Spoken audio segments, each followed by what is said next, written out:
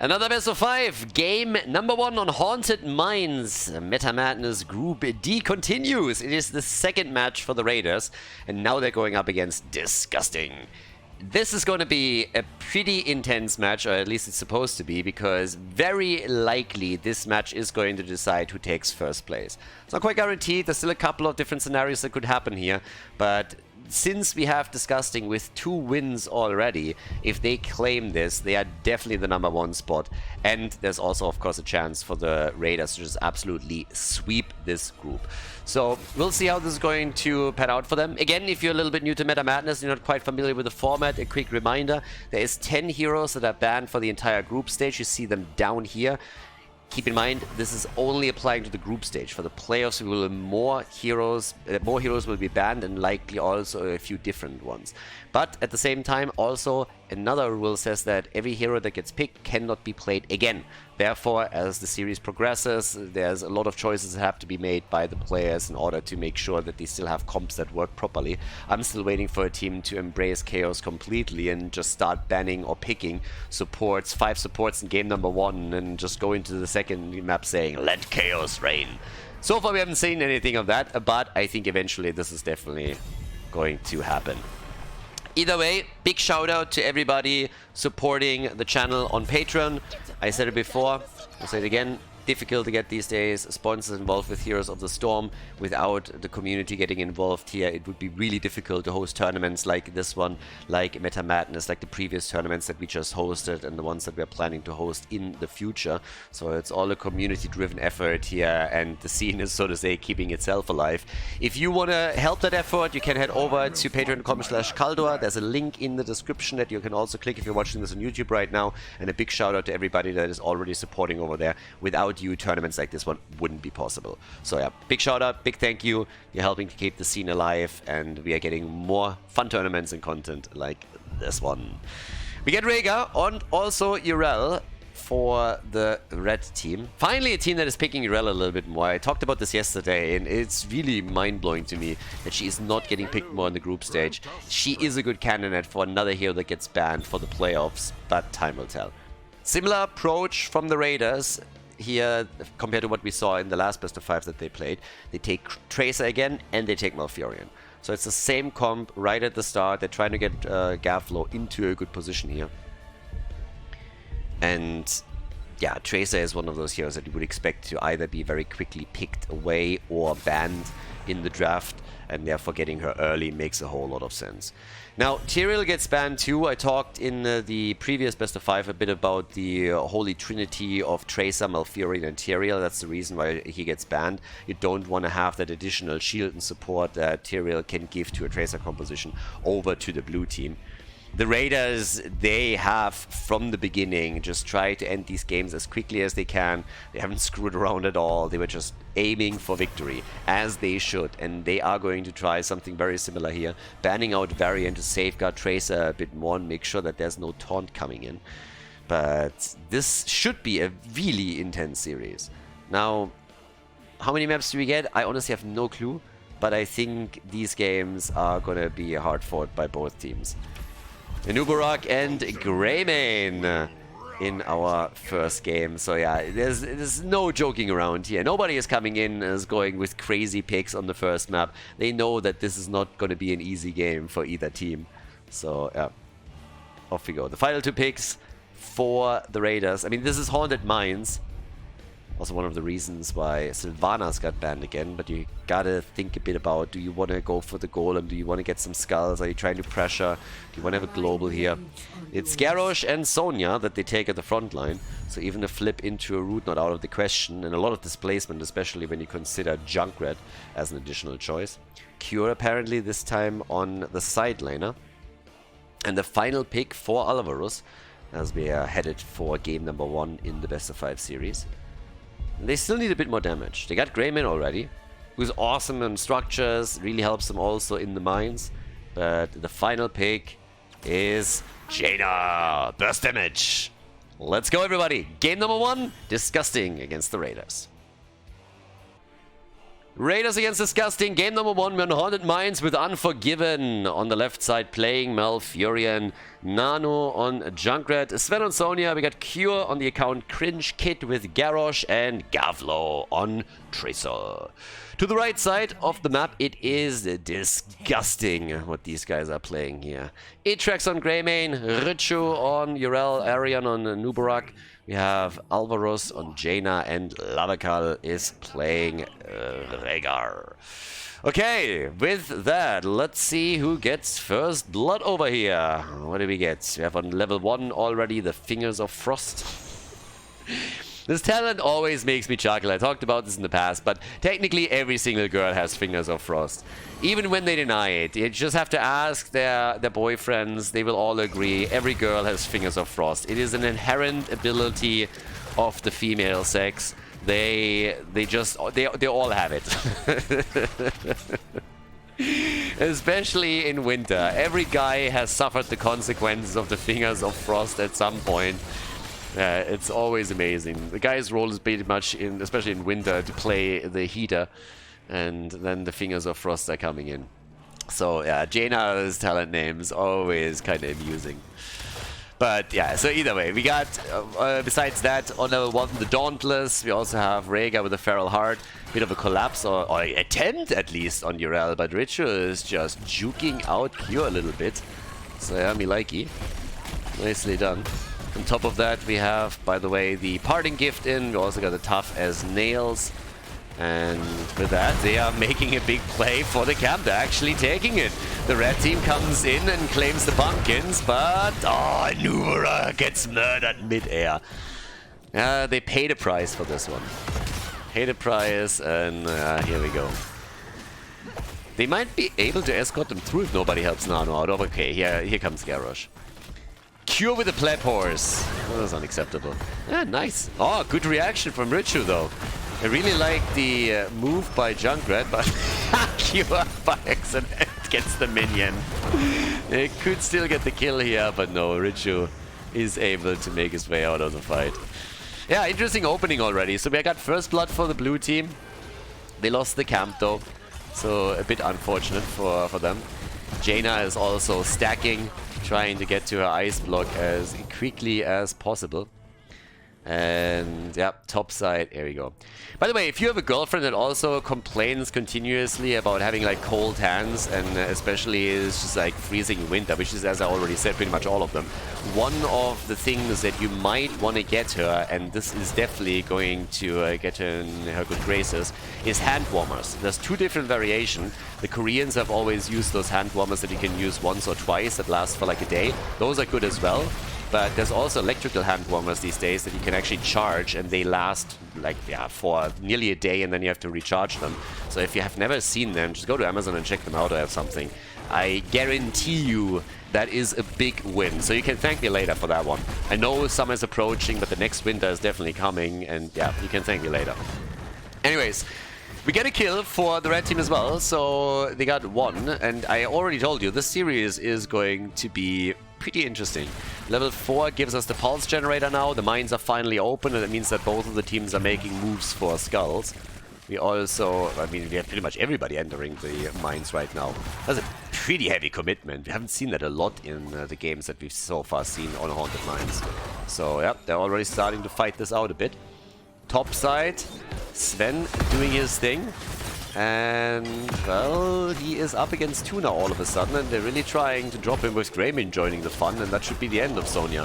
So Sonya goes down, and yep, that is kill number 2 for Disgusting. Keep in mind, Disgusting won 2 best of 5s already. If they win this, they are first place. 100%. So if they can get out of this, winning every single matchup would be pretty impressive. The Raiders are probably their biggest competitor at this point. 25 to 36 skulls on the side of these 2 teams.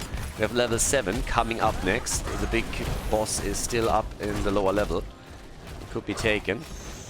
Junkrat is already trying to guard this a bit here. And they're moving in again.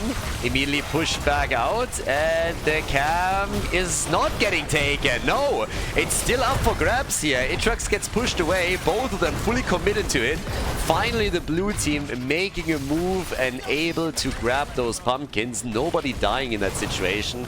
A few of them got close though. And Nubarak, he's still at the cooldown already. Good for him.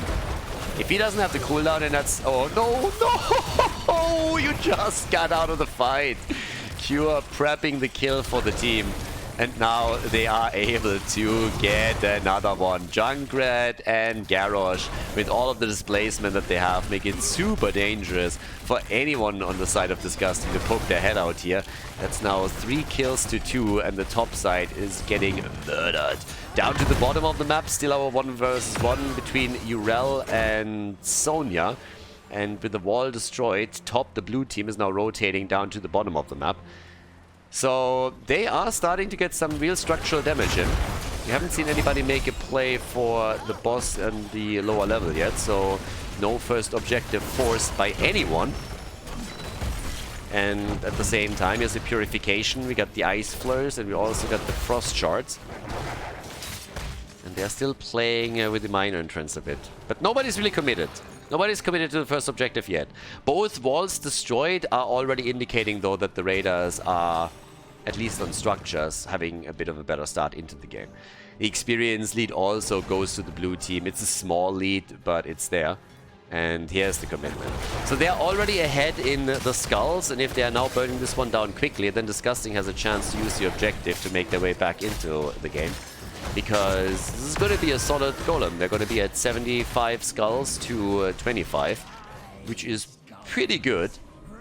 There is that level 10 that's looming on the horizon for the Raiders, though. So if the Raiders get that in time for the defense, then it should be fairly straightforward. They are going to try and defend those. So they're up against a pretty strong golem. They're all at the top now, or most of them. Junkrat is still at the bottom, escorting another minion wave into the fort, forcing Urel to attack, to react to that, which is what they are doing right here. And all the way up at the top, there's the level 10 kicking in. So it's a bit crazy for Disgusting. Disgusting is in a weird spot. They want to push, they can't. So yeah, level 10 is just too close. Instead, they're now moving down to the bottom of the map, but it should be an easy defense topside. So we get the Decimate, we also have Tranquility, Wrath of the Berserker, and the Sticky Bomb. Cure gets caught down here. I'm actually a bit surprised that they're seemingly in trouble. Okay, so they're able to move out of this, but for just a moment it seemed like they were surprised by the rotation, but it was pretty pretty obvious. B, it was 100% called. So maybe he caught off guard, or they were just saying, alright, we're going to delay them, and yeah, just flanking in from the side there. They have level 10, so survivability on their end is more or less guaranteed. Now level 10 is also available for Disgusting, which makes these fights a little bit more fair. The bullet is out, the water elemental camps are again being focused. Both teams are making pumpkin moves, and they are trying to steal it away again, but it gets claimed. Cure also attack, Tranquility used right away, and Jaina gets crushed. A lot of these kills prepped by Junkrat. Nano is doing a great job right now. He's doing extremely well with these setups and really helping the team to net kill after kill, or at least threaten them. And Gavlo obviously also with his Tracer is just always nibbling at the edges. He's at 14,000 damage, 19,000 for Nano. We have 19,000 for Jenna. And yes, there it is. Alright, they're taking it. Oh, it would have been too much of a meme if that fort would have survived any longer. So another grenade comes in and takes it down. But yeah, the blue team is slowly pulling ahead a bit here. They have 4 kills to 2. But this game is by no means over yet. This can always still flip on a dime, but the first fort has now been destroyed. There's always these attempts by the Raiders to get some of those camps and steal them away from the opponent. It hasn't really worked out for them just yet. But yep, once again, another hit. Poor Jaina, she's just getting bopped around the entire time. She's their prime target for all of these aggressive moves. It's gonna be a bit easier for her once that the baseline quest is completed and she has her ice block. So that's gonna be fairly soon. And then if she's in trouble, Rhaegar will at least have some time to react to it. And also the cocoon could be used by Anubarak to allow her to escape. But yeah, until now it was a very, very frustrating experience for her, I have to assume. Down to the bottom level, we have again skulls taken. And the red team is very adamant about taking the lead on these. So they have 30 locked in, as is already. Blue team in hot pursuit, but not able to get too much done here. And another camp gets claimed. So good job by Disgusting.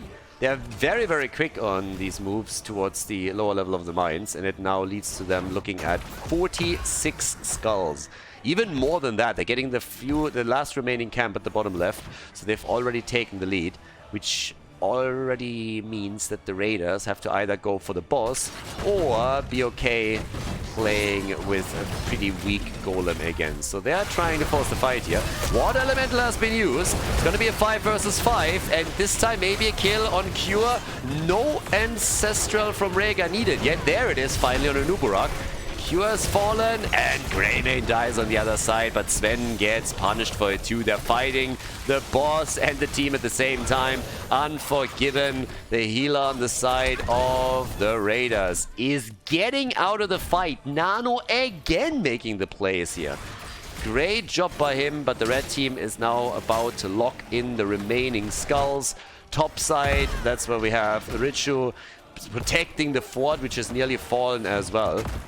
But this is exactly what I talked about a second ago. You can't count Disgusting out yet. They might have lost the fort at the bot lane. They have suffered at the top. But they are again looking at the much bigger golem here. And they have level 13 talents now too. So that is making things very interesting for the top lane in particular. Because that's where we're going to get another golem pushing now. And that's one fort 100% gone. Even before, I mean, they're escorting the pumpkins in, so that's going to eliminate that.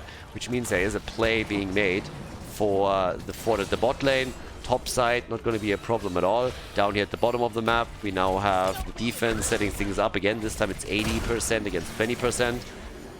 And here we go. Can they defend this? I mean, they're doing a great job already initially. Look at Q again. Q, this is exactly what I talked about earlier. Now he has Ice Block. Now he has a tool that can help him survive through this. But it's still icy. And Ubera gets wrecked.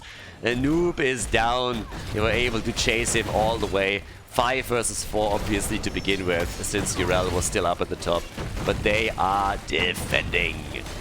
Down here at the bottom lane, the fort takes damage, but they can take the golem down. Top side, yeah, this one is probably gonna get a few nades by Junkrat when he gets close enough. Nana's already here, so yeah, they are going to poke it into oblivion in just another second or two. Half a level behind, 6 kills to 2. And when they take this one, I mean, right now technically it's dead even in structures. Top fort has been destroyed after all. But yeah, Malfurion, careful my friend. No! No, Arion! Ah, he fat-fingered. No. I mean, he didn't have Cocoon, so he couldn't just simply force the kill. But if he connects anything with Malfurion and drops him off the horse, then it would have been another kill. For Disgusting. So yeah, either way, at this point we have still a chance to take the top fort down. Sven escorting more minions over is most likely going to push through here for them. There's a rotation coming, but that might even already be too late. I actually think they're in time. They're gonna get the minion wave, taking this one quickly. Still camps as usual the primary target for the teams, and there's also these 2 watchtowers that you of course always try to claim as quickly as you can so that you have additional vision and making it a little bit harder for your opponent to rotate. With level 60 now available for the Raiders, they again look at a small advantage and a window of opportunity they could use to take all of the camps that are available now. First pumpkin camp has already been claimed, and now they're making a play for the second. And that leaves us at the top with a fort that gets quickly taken by Gavlo. So very, very successful lead for the Raiders. 2 forts taken. The undeads are spawning again, so now they have to make a choice whether or not they want to even push for a keep. Apparently that seems to be the goal topside, as it's got the pumpkins in. And if there's a defense, then it means that nobody is getting into the mine. So this time the advantage for the Raiders, just around the skeleton spawns. Yeah, and well done. They are perfectly capitalizing on that small advantage that they had. But at the same time, we now also have level 16 for Disgusting, with Epicenter taken, and they can claim some skulls as well. But the big lead has already been taken by the Raiders. I mean, they're sitting at 46. So even if they lose everything else now, they will still have nearly a 50-50. Again, an Uberak attack, flipped, stunned, everything on him. Arion is alive. Rhaegar able to get the Ancestral through. Cure dies. Garrosh is dead, but they might get counter kills. They might get a few of them. They're trying for Malfurion and they can't. Oh boy! Jaina is alive! And Sonya is dead. Disgusting! With some disgusting plays all of a sudden. It's Gavlo who at least gets a kill on Greymane. But holy hell, that's 3 kills in total against the against the blue team. And I gotta give it to Disgusting. They looked multiple times like they'd lose the team fight and they persevered. So job well done. 7 kills to 7 as they are going for the skulls. We now have the red team trying to get the siege giants. And Alvarez is a little bit too late. He was trying to save them but couldn't. So siege giants taken. Nano delivering some extra wave clear bot side. But in the mines, the golem, the boss, gets claimed. And that is going to result in 54 to 46 skulls. Another small advantage for Disgusting. This time, it's really negligible. There's nothing really that they're going to get out of this. This is a 50-50. So, is somebody pushing? They can actually time this. If they don't take this right away, they can time this. And they don't. So, yeah. Red's golem is topside. So you could have timed it around this. I mean, the golem honestly is still going to get attacked. So yeah, never mind me. Never mind. But yeah, they can now push at the bottom of the map if they want to. Urel is topside. She's the only one. It's the solo laners again that are going for that. Down here, it's all about potential play for boss. So yeah, with the siege giants already in, that's a bit of extra help on the defense. Sonya is trying for another camp and claims that before she's going towards the top lane. In the meantime, the bottom of the map gets attacked and the pumpkins are making their way through to take the gate down. So that one's destroyed quickly. And this keep is going to take damage, for sure. So, the question is just how much. It forced Urel down. So this is going to be the moment where they can go for another kill. They go for Cure, trying to drop him. Another Riptire. Keep in mind that that golem is on the keep. Eventually they got to retreat and deal with it. Especially since Sven at the top is hammering this one into the ground without any troubles whatsoever. But down here the keep is taking damage. And they are now moving towards the top to also break through the second wall. Good for Urel. If she dies there, highly unlikely to happen. But if anybody would die, that would be a disaster. Nice Ancestral. He didn't hesitate a second. He knew that he needed to go through with it very, very quickly. Tranquility used. Greymane surviving. That was super important. But the poke is still going on. And oh my god. Alvarez! Ooh, that ice block nearly backfired on him. Yeah, they break the wall again. Half a level ahead still. And this is only game number 1. I mean, the entire time, it's just blow for blow between the two teams here. And this is only the opening map in the best of 5. Greymane and Junkrat are nearly tied in damage, 49 to 48,000. Second damage dealer also nearly tied, 43 for Jaina, 42 for Tracer.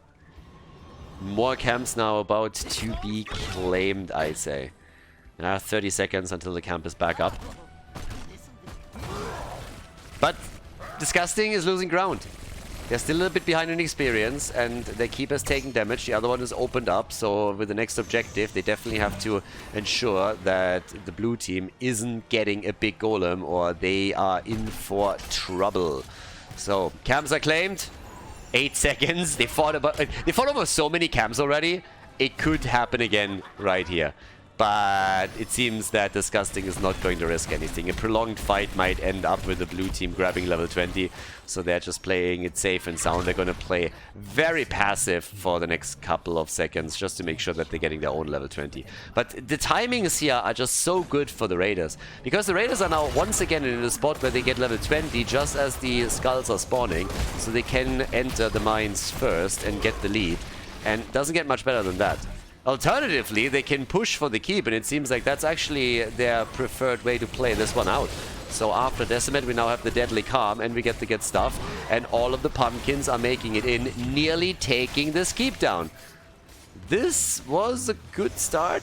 Really nice damage on the keep, and now they are... I actually expected them to enter the mines, but they are not doing anything like it. No. Instead, they're going for the camps again. Yep, making a play for the camps. Bot lane is obviously also a bit problematic because catapults are now starting to threaten the keep, and Disgusting will have to react if any of the catapult waves make it close enough. They have the Ancestral Wrath upgrade with the Farsia's Blessing. We also got the Winter Mute in. Rewind for Nuburak. Yeah, it's getting real close here. The first heroes have entered the mines in an attempt to go for the skulls. Blue team hasn't made a move on that yet. Now they obviously see what's happening. And how do they react? They're not entering the mines, I can tell you that much.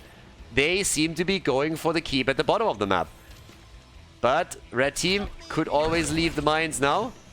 Yeah, trap has already been set up. They're pushing at the top. Keep at the bot lane is now going to fall.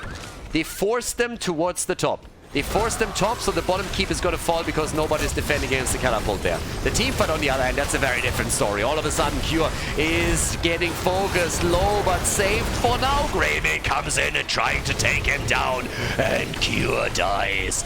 Good Riptire, but not good enough to get a kill. Another one is coming out right away, forcing the ice block. Jaina caught, and Jaina killed. The bottom keep has been destroyed, as already predicted. Each team walks away with a kill, but the bottom keep has been claimed. The core is wide open right now. Wide open. And the blue team entering the mines now in an attempt to get some skulls for themselves. It's a 4 versus 4 at this moment in time. Garrosh isn't here. One team is missing their tank, the other team is missing a damage dealer. But we have Sonya. Sonya with Wrath of the Berserker and with Ignore Pain. So they have a front line they could still utilize. They are put into a corner though. Literally fighting with their back to the wall now. Greymane wants another kill. Malfurion with a good ult, keeping everybody alive. Tracer coming in, the kill on an Uberak. And Greymane is dead too. The Raiders, they're raiding and they are destroying everything in their path. Rhaegar is dead. Yrel is on the run. The bot lane, a big problem, and they could just go for the core now. Yrel is currently the only survivor, and catapults are moving in. They want to take victory right here. Jaina is back to business, takes the catapults down quickly. They're not going for the objective. They are trying to end the game. And the core is falling, and it's falling quickly. Yrel is being chased over on the left by Cure, and the core is losing HP way too fast. Jaina has to get out and try and stop them, or at least slow them down to buy some time for Greymane and Nubaruk to respawn. And it's highly unlikely. It's just not happening. The Raiders with victory in game number 1 of this best of 5 series in Group D of Meta Madness. Nicely done. GG. Well played. Before we head into game number 2, make sure that you subscribe to the channel if you haven't done it yet so you don't miss out on any future content here on Khaldor TV. Game number 2! We got Dragonshire as our second map. The lead goes to the Raiders, everybody. Chromie gets banned immediately. I absolutely approve. Get the Chromes out here. We don't need fake dragons. We don't want any of them. But yeah, Raiders against Disgusting. Game number 1 was pretty much exactly what we expected it to be. Super close. Now, this could still be a 3-0, obviously, if the Raiders are able to just maintain the small advantage continuously throughout those matches. Then there's a chance that they are getting a victory without a single map loss. But same time, we could also get a complete reverse of this. Disgusting is not done with this series, and for good reason. They had multiple opportunities in the last game to get ahead and maybe even win the game, and they're going to try again here on Dragonshire. First pick, first ban from Disgusting, meaning that the map was chosen by the Raiders. Lucio gets banned. It's a lot about rotational work on this map, so you have to try and make sure that you're getting towards these shrines as quickly as possible. The Vikings are banned. And talking about Vikings being banned, again, if you're not really familiar with the format, I said it before, I explained it in the first game, but there's now 20 heroes that cannot be played again. So the 10 heroes that you see down here, they are banned for the group stage, they can't be played. And in addition to that, we also have the 10 heroes that were played on the first map that cannot be played anymore. So that's 20 heroes already out, which makes the draft already a bit interesting. But there's still globals around, there's still plenty of heroes that you can pick for a decent composition. Sylvana's banned, yeah, but that leaves us with a few of the globals. And the Hogger gets picked immediately. Yeah, that was not a surprise in the slightest. If you're playing on Dragonshire, Blaze is gone, Urel's gone, you go Dehaka. Dehaka is a really, really good choice there. Could drop a Leo, of course. A couple of other choices that can still be made. I mean, Rexa is also super strong on Dragonshire and would be a good pick. But Dehaka with the global is just absolutely fantastic. Okay.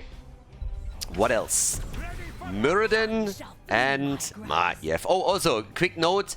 Cure is not playing with the team any longer right now, so he was subbing in for the first series and also for the first map, but now their main is back, and therefore Cure has dropped out. Disgusting does not have to deal with him anymore, at least in this series. Instead, they have now to face off against Duki on the main tank. We got, talking about main tanks, Varian in the house, and we got Li Ming. So they're gonna try and play around the resets over here. Might even result in an Ana ban. Supports still have to be picked if you really want to go all in on the nano boost. There's actually a few that they could use. They could also just simply follow up on a Varian. Could go for Stukov, for example. But it's Ana that gets banned, the nano boosted Li Ming. Something they just don't want to face off against. Makes a Stukov pick a bit more likely, I suppose. But still plenty of options here. Medivh gets banned first. If you play Varian, you don't like to go up against Medivh. The shield and the portal is just ruining so many of your plays, so you don't really want to end up in that spot. But let's see what the blue team is going to do. We need damage. We need some damage from them. Plenty of damage dealers around. Could even go into their own global. Go Birdie. There's Rexa. Talked about him just a second ago. He's great for Dragonshire. Rexa pretty much wins every single one-on-one on Dragonshire, and with win I mean he takes the lane control. Because he has Misha and himself, so he can soak experience and control the shrine at the same time. And normally what other teams are doing is they're rotating heroes over to gank up on him. That puts him into a more defensive posture, makes it a bit easier. But generally speaking, if you're up against Rex at the top lane, eventually you're going to lose the lane, because or you're going to lose experience. It's one of the two. Stukov, as expected, gets taken as a follow-up on Varian, and we get even a second global for them. I thought that maybe the Raiders are picking Falstad, but instead it's a double global play now that we're getting from Disgusting. So, yeah, they can macro it up pretty heavily. Nano, though, what is he picking? What's going to be the final pick for them? They need damage. And they go for Gul'dan. Gul'dan on Dragonshire. Haven't seen him in a hot minute. I like the Maiev pick, though. Game number 2, everybody. Disgusting against the Raiders. Let's jump straight into the second map. On the left in blue, Sven with Rexa. The man with the mask. I'm Batman. Nano is playing Gul'dan, Unforgiven on Karazim, Uki on Muradin, and Gavlo is playing Maiev. The opponents on the right side in red with Arion on Varian, Lavakal on Stukov, Alvaros on Li Ming, Richu on Dehaka, and Itrax with a second global playing the birdie, playing Falstad. Okay, time to shine. What can the blue team do? First of all, they go for the Saki build with Gul'dan, have him right from the get-go heading into the chaotic energy over here. And yeah, let's have a bit of a look of what they can pull off with the second game. Because I really like what Disgusting is doing. They have a lot of tools they could utilize to either dominate on the macro level or get kills in after they get their taunt for Varian. Already licking Misha. Dehaka, Richu over here. It's not missing a beat. Comes in with the first tong and hits the target. Good for him. Rexa up at the top. Does not go up against him. Oh, and he missed one. But Falset is helping him out. And this is exactly these ganks that I've been talking about earlier. That already is going to help Dehaka a lot, because now he was forced into tapping the fountain early. But the cool thing is that the bird gets caught. Nice. They expected him to rotate away, which obviously he was going to do. So they just stepped into his path, Storm Bolt to the face. And that is the end of the bird. First blood for the Raiders. On the right side, Muradin is already double-checking what's happening over here. Very interested in the movements of Disgusting. But they are going for the camp, claim the Siege Giants, and Gul'dan over on the left is, yeah, taking it pretty easily. Nano couldn't get a Liming here. Wanted a mage. His Hanzo also not available. Chromie banned, so instead we're getting Gul'dan from him. And now with level 4, he continues the build, going into the health funnel. Shrines are active. It's all about an attempt to try and get the first Dragonite. The big difference right now is that the red team hasn't taken their own camp yet. So I'm talking about the Bruiser camp here on the right. So that hasn't really been a thing. We have at least Varian with a taunt, so they can try and go for maybe Muradin over here. Taunt has already been used, but they were not able to take the tank down. But there's a lot of camps that are now taken. And just look at the timing here. This is actually perfect. So they have Siege Giants and also the Bruiser camp right on that gate. And this makes things incredibly awkward for the rest of the map. Because now there's a lot of blue heroes that can roam a bit, while resources have to be spent by Disgusting at the bot lane. And yeah, they're doing their best to clean this up as quickly as possible, but it allows, of course, for more aggression in the mid lane. Down at the bottom, they come in, another taunt, maybe even a move for another Dragonite. Maiev hasn't made a play for that yet, and she knows that Falset is around. So, yeah, Atrax is there.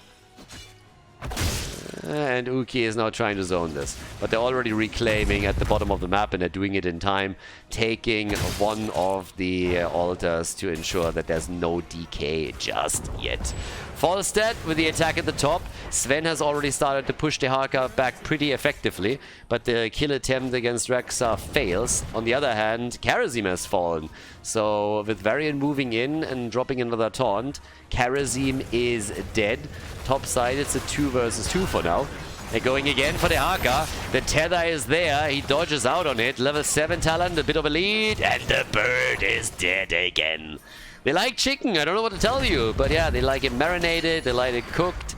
They just go for the hits against the birdie, and he's back in the KFC basket. Some crispy wings right there. Second time that Falstad gets murdered. And I'm falling into my bad habits again. I'm talking about food and now I'm making myself hungry. I don't know why, but right now I would love fries. Fries would be really nice, or a kebab. Oh, a nice chicken kebab now. Whew. Yeah, I think I know what I'm eating later. Nano, he's eating damage. And he is dead, and that is kill number 2. But they get something for it. He sacrificed his life. Sacrificed his life for the cause. The bird gets kicked around as we have at least a Dragonite for the blue team, so they can take that wall down or those towers. Don't think they're going to get too much done here. It's still a very early DK. 4 minutes in, but as long as they're just playing with the timer and with the cooldown, they should be able to take a few of the minion waves down easily. Muradin now using his massive wave clear at the top lane to take down the minions. One odd attack at the time, and Yuki is realizing that it's probably not going to do anything for him, so he just leaves it up to the towers. I miss the times where ammunition was a thing. I mean, you can always argue that it was nice for it to be removed, but I thought it was such a unique element to the game.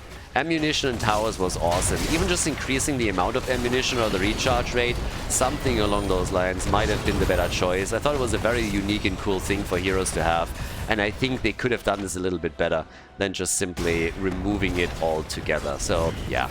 Nano gets caught and killed again. Dehaka is just trying to go for a little bit of tongue practice and is missing out on it so far.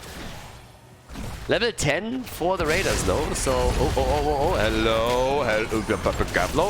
Alright, makes his way out of this one, but whew, a little bit close here. So yeah, Maiev survives. Level 10 is in, gets the disc, we get the 7-sided strikes. Sven at the top in trouble, but he gets out. Okay, both sides now. We got the flailing swipe. So, it seems like Stukov is going full Will Smith on us over here. And the blue team needs to be careful. Yeah. There's the 7-sided on Varian. Nice, good tether, Stormbolt, and that was perfect. Yeah, Stukov coming in, trying to slap it out, but not hard enough. And now he gets caught too. Gul'dan gets killed again. Nano is, at this point, just turning into free experience. He's a bit of an oversized minion at this point in time. That's the 3rd death of Gul'dan. It's absolutely murdered. I mean, he is on the squishy side, and he doesn't really have a big escape tool or anything, but he's struggling, for sure. So they have to be very, very careful with this now. But then again, the lead is still there. 4 kills to 4. They have taken some of the structures down a notch. There's nothing crazy about the lead that they have, but they are now pulling a bit further ahead with another camp that they're about to claim. Nobody's going to interrupt them here. To be fair to Disgusting, they are also on a bruiser camp, but they are taking their own, so this is a bit safer for them. They're not engaging into a battle over the one at the bottom of the map. And, well, here we are. Rexa gets finally caught and crushed. So another kill for them. But, of course, it comes as usual at a price. They get some damage on the bottom fort. Let's see if Nano makes it out of this one, though. The Hogger is already coming in. The disc not connecting with him. Gavflo gets away, gets taunted, and gets killed. In comes Richu. This time the Tong is on point, and that's the 4th time that Gul'dan falls. So the fort is taking additional damage as all of this continues. So structurally, it definitely hurts them. But there's a chance for a Dragon Knight now for Disgusting. And they want to bring this back. They have a big opportunity to tie the series with this map. 7 kills to 4. The Raiders overstaying at the bot lane didn't do them any favors. Now there's a little 13 talent advantage for Disgusting, and it gets difficult. More and more difficult to maintain this. DK jumping in. Didn't get the hit here. They're YOLOing it a bit hard. Falstad. He is already down to 50% now. Oh, big boy. And it's a 5 versus 5 on the map again. Alright. 13 talents on both sides now. So far, no fort has fallen. They're trying to change this in the middle. But Gul'dan going for the big sucky. Oh, actually, he deviated away. He went for the fell armor on level 13. Okay. So, not going full into the drain. Not embracing it completely. That is gonna be... Yeah, I thought they might make a play move for it, but no. Yeah, they're scouting it out, but imagine if they would have committed to that attack. Might have been a risky move, but it would have also been cool to watch. The Hog at the top, still going up against Rexa, but the assistance that he gets is still there from time to time. The 2 globals really playing a big role, and again, keep in mind that as the game progresses and forts are being taken down, there's going to be way more space on the map for Falstad and Dehaka to work with side lane pressure and trying to utilize those globals properly. So there's a big opportunity in the late game for Disgusting to just macro it up a notch. Siege Giants against Siege Giants down at the bottom of the map.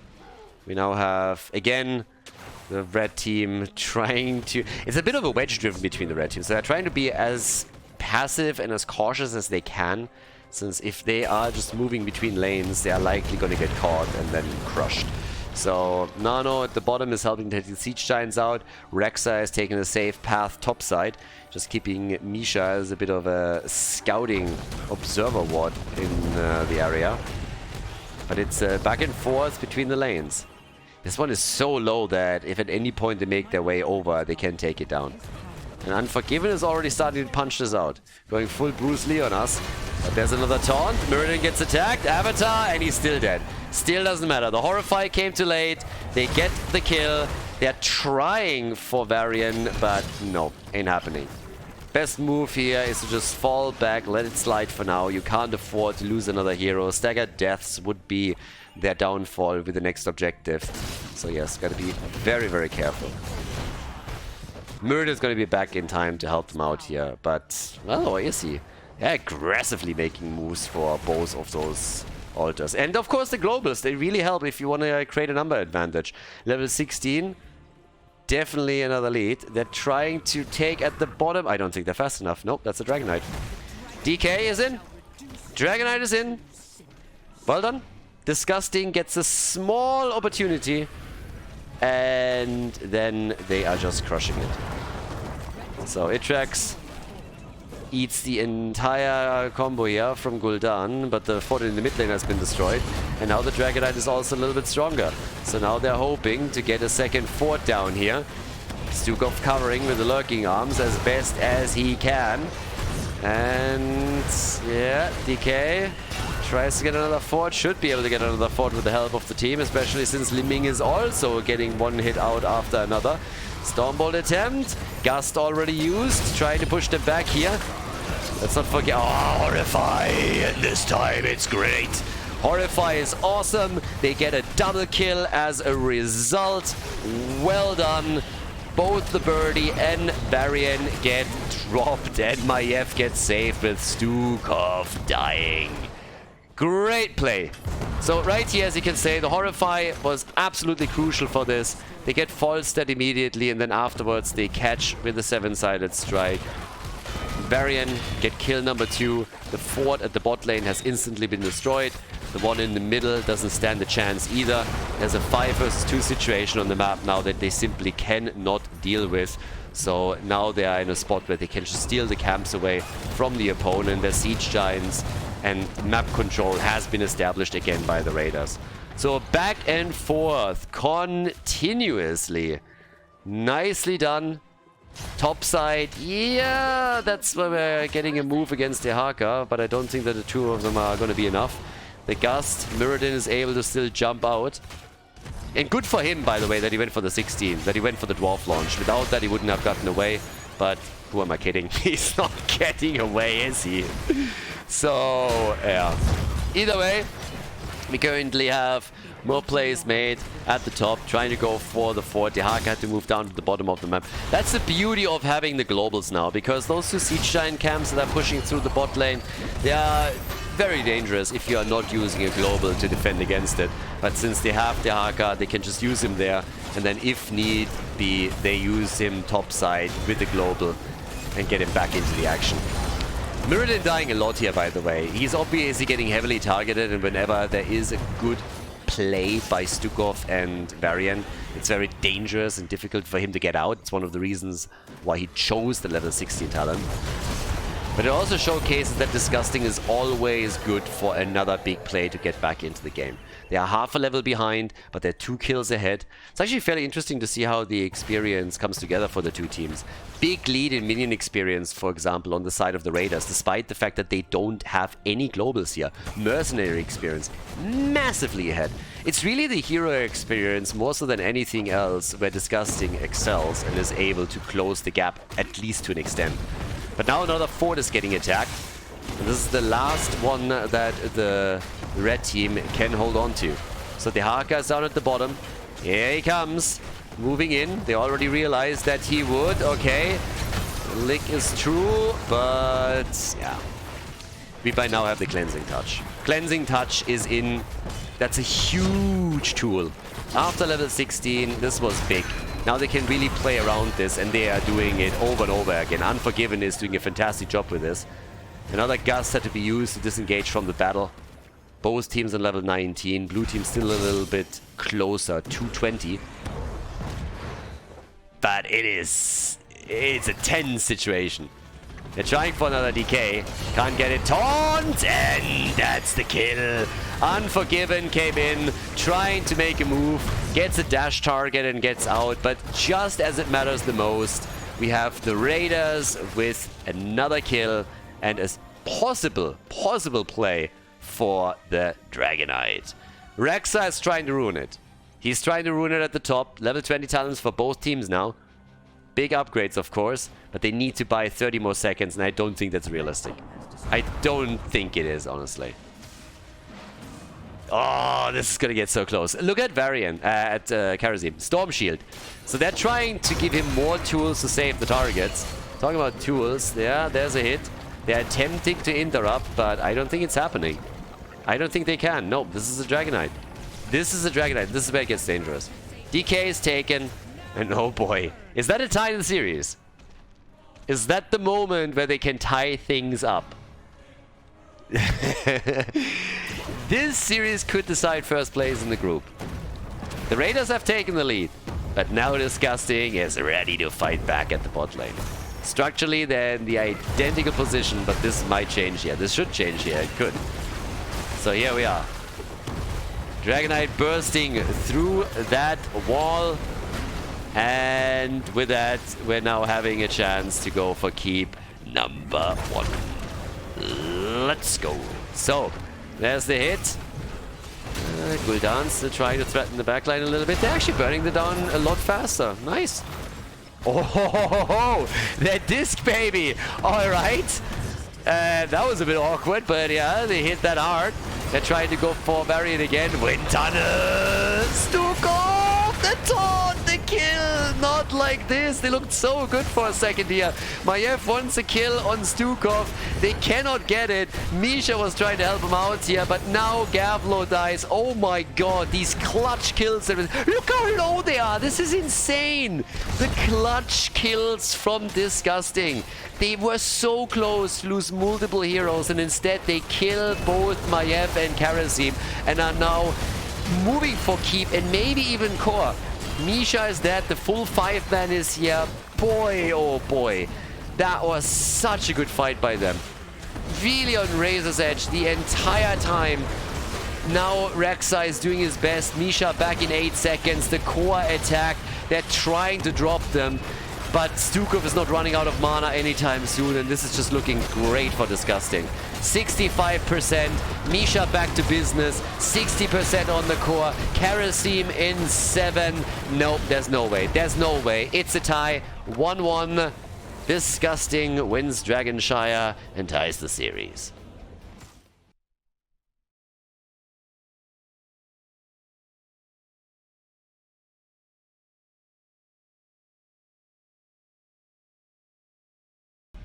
Game number 3, here we are. Battlefield of Eternity is the 3rd map, and well, I'm a happy panda because that guarantees that we are getting at least 4 maps out of this series.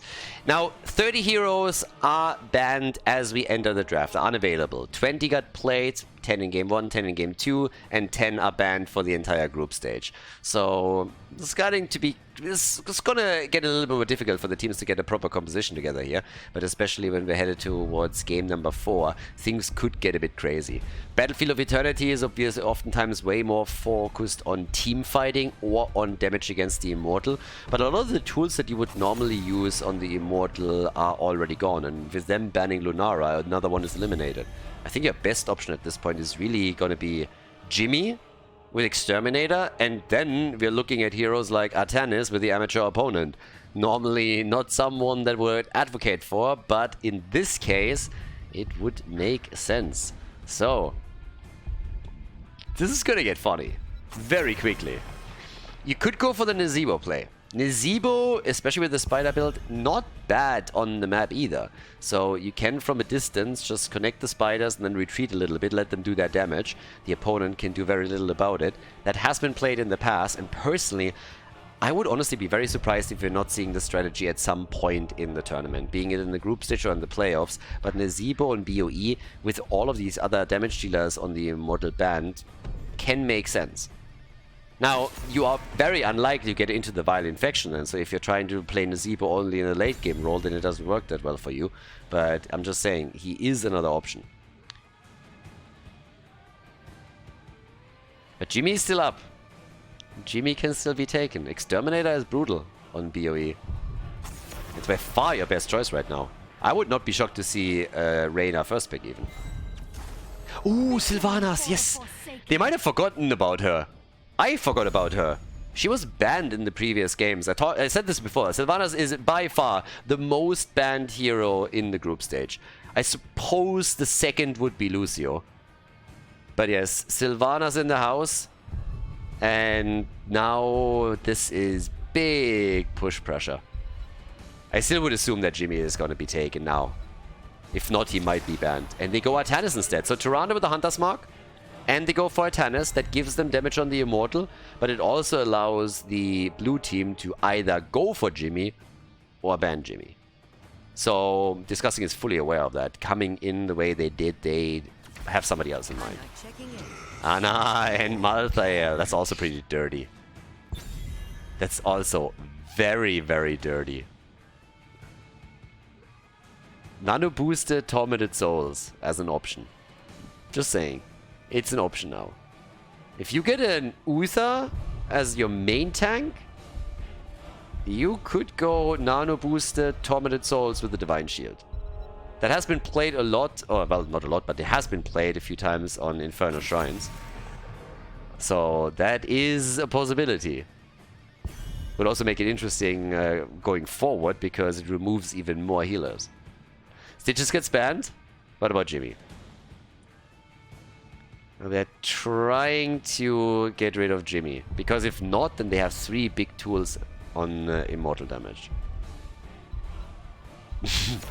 They get rid of Tyrael. Okay. Tyrael is out.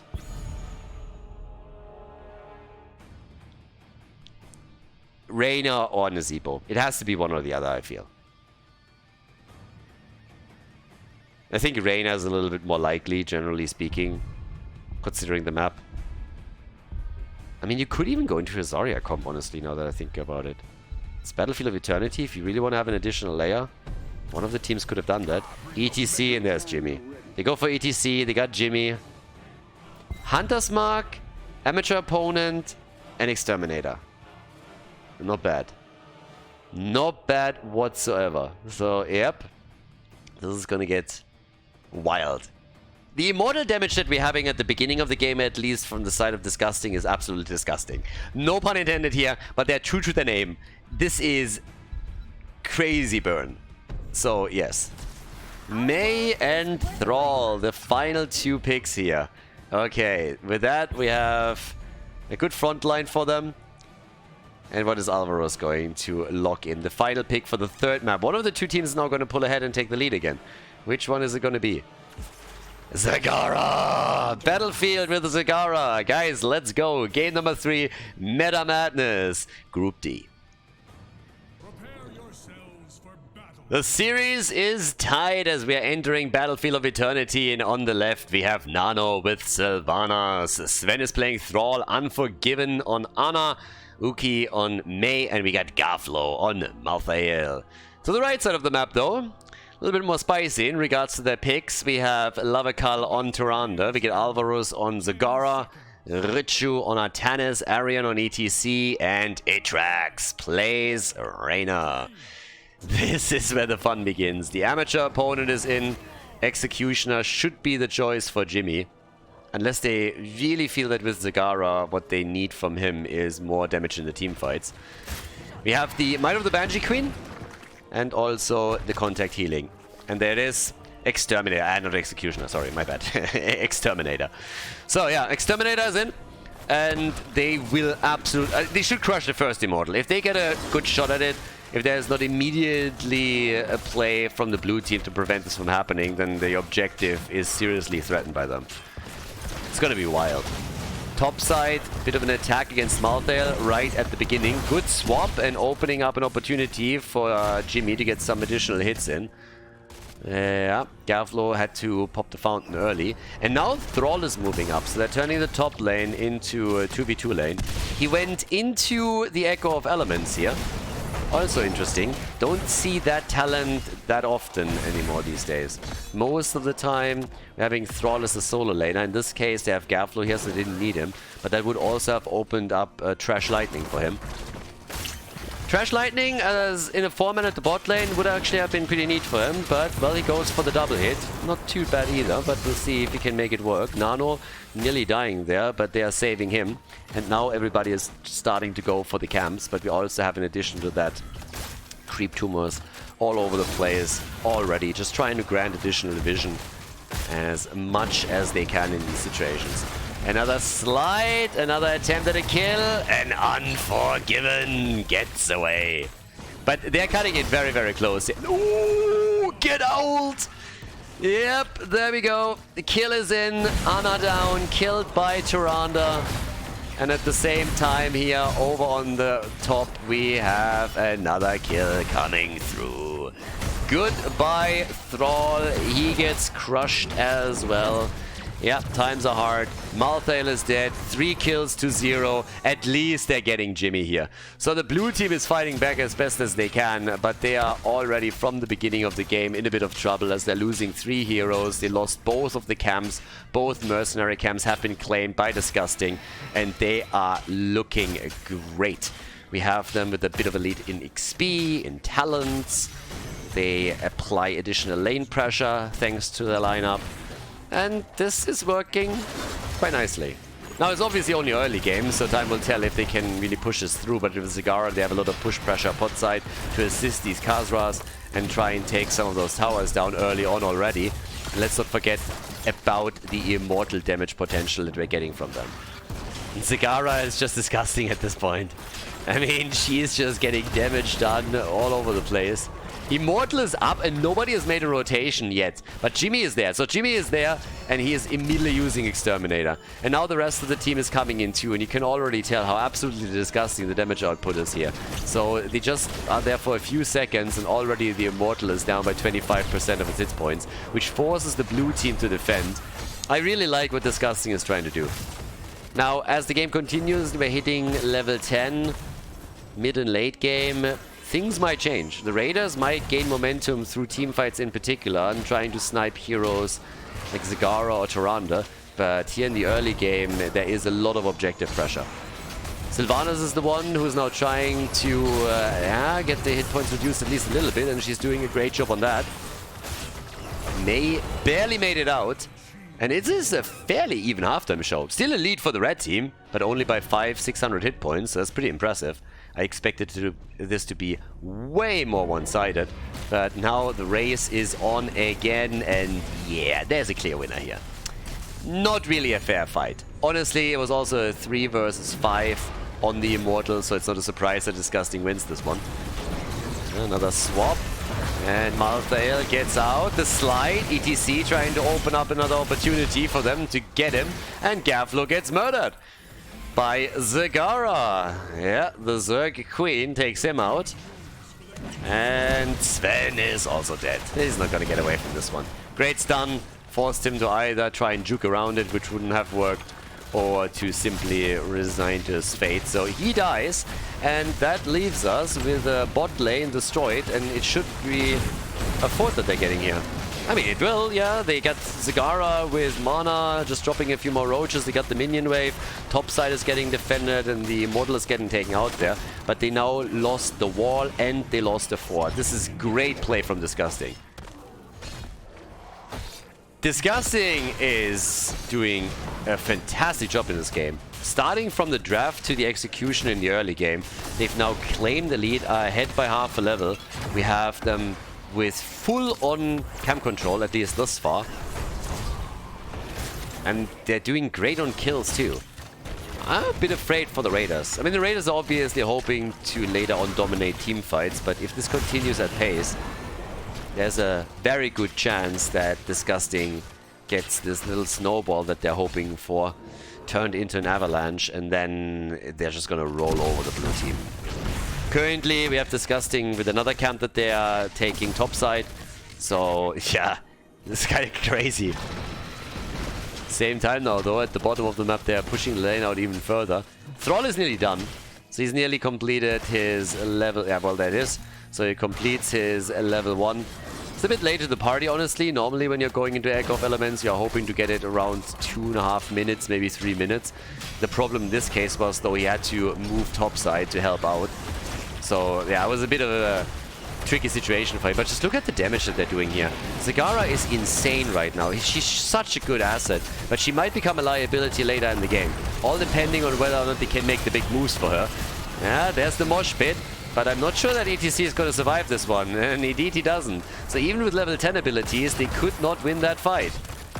And everybody else is low too. So this is the big problem. In the late game or the later stages of the game, it could become a liability that they have so many squishies that are lacking proper escape tools. Especially talking Tyrande and Zagara. that could be a massive issue for them. With level 10, we now also have the Devouring Maw. No Nidus shenanigans or anything like it. But they're still doing some work here. With level 10 coming through for them too. And there's the Ice Wall, but Malthael is dead. Malthael is dead again. Not having a good time, yeah. Nano boost on Sylvana. She gets a kill and tries to get out, but ETC drops her with a power slide. Jimmy executes Thrall. That is 8 kills to 3. I mean, the thought process is definitely there, but they're also losing Malthael a little bit too often. This is the third time that he has now fallen. He's top damage, same numbers as Jimmy, but this still hurts them a lot. And of course, it's looking grim on the second Immortal. I don't think they can win the objective, and that's not really the biggest issue. The biggest issue that the shield is gonna be pretty massive from the looks of it. They're probably hoping to get a kill here, but yeah, good luck with that. Maybe with a nice ult from Malthael. But as you can see, it's an easy win on the Immortal for them. And ETC dodges the Wolf. So no connect by Thrall. Yeah, now they have to try again. They already lost one fort. The second fort will be attacked topside. And the Raiders are going to have a tough time here. It's a 1-level lead for Disgusting. I expected it to be more, honestly. But then again, with Malthael now moving top, they are probably hoping for a fight. ETC always threatening that mosh pit. Ice Wall is in. Yeah, could go for another hit. There's the Maw in the back. And the double mosh. The nano boost doesn't do anything for Malthael. He's dead again. Maw and mosh used at the same time. 2 down, 3 down. Uki gets out, but this is an absolute utter disaster for the Raiders. They are falling behind by 2 levels, a talent advantage for Disgusting. They are going for the top lane. The fort has been destroyed. The keep is next on the agenda, and there is absolutely no way to safeguard this one. No chance to save the keep. So now it's a question of whether or not they can go for the core already. It's a 5 versus 5 and the death timers are low. But it's all about whether or not they can get a kill here. Richu soaking the damage. The core is being hit. Hit hard. The kill on Tyrande is coming. No, it's not. They saved her through the last rites and everything. ETC is dead. So is Artanis. The Immortal doing big damage. Jimmy trying to take it down. He can't. Zagara getting a little bit closer. The core survives on 12 percentage points. But where are you going to go from here? 4 heroes have been lost from Disgusting, but what are you going to do? It's not like you can just move to the keep and then go for core. There's not even a fort that has been destroyed. So much ground lost. So much ground lost. The Raiders have done a good job zoning some of the most dangerous heroes out from the core. Zagara never had an opportunity to properly move close enough to it to get a bit more damage in. Jimmy couldn't do enough there either. So now, yes, there is some momentum in the hands of the Raiders, but the problem is still the same. You have 12% on the core. Backdoor kills you. You lose another Immortal, you likely lose the game. You lose another team fight. It's over. You don't scout properly and your opponent makes a play to backdoor you and you have lost another map. So they are in a nearly hopeless position. Oh, the Maw. Oh my god. That was dangerous. They're hyper aggressive now. They have to be. They have to maintain the momentum. They have to be aggressive. There is no other way. Sundering is out. Everybody survives. Yeah. Top lane, you can already see that there's another camp coming in. We're very early in the game still. It's one of the main reasons why the blue team was able to defend, obviously. Death timers were insanely low and they all respawned in time to defend there. But still, 12%. It's gonna be tough. Jimmy, by the way, with Give Me More and Fuel the Rush on level 7 and 13. But they are playing the same game again. They're going straight away for the objective up here. Camp alone is not going to take this on. It's all about just eliminating the catapults and ensuring that this is not going to become a problem. Then again, down at the bottom of the map, we have Malthael again trying to defend the lanes as they cannot afford to lose another keep. They need to win this, and they need to win this quickly. They can't waste time. They have to go for a decisive win on the objective or the team fight. One of the two, ideally both. But the red team is stalling. They're stalling because of the top lane pressure and because they are now getting level 16. So they weren't willing to fight without the talent advantage, and why would they? Now they have a big lead. They can go for 2 catapults and massing at the top. Thrall is dead. There's the double more. That's going to be a slide. Nope. But they're going to get a kill on Sylvanas. They're going to get a kill on Malthael. And that is the end. Well done. Disgusting. They had some trouble in game number 1, but then in the second game on map number 2, they did such a good job and were able to claim victory. And now it seems that they have really gathered some momentum and are coming in swinging into game number 3. The core is going to get destroyed. The red team takes the 2-1 lead in the best of 5. Nicely done. And now they're 1 map win away from solidifying a number 1 position in the group for themselves. GG.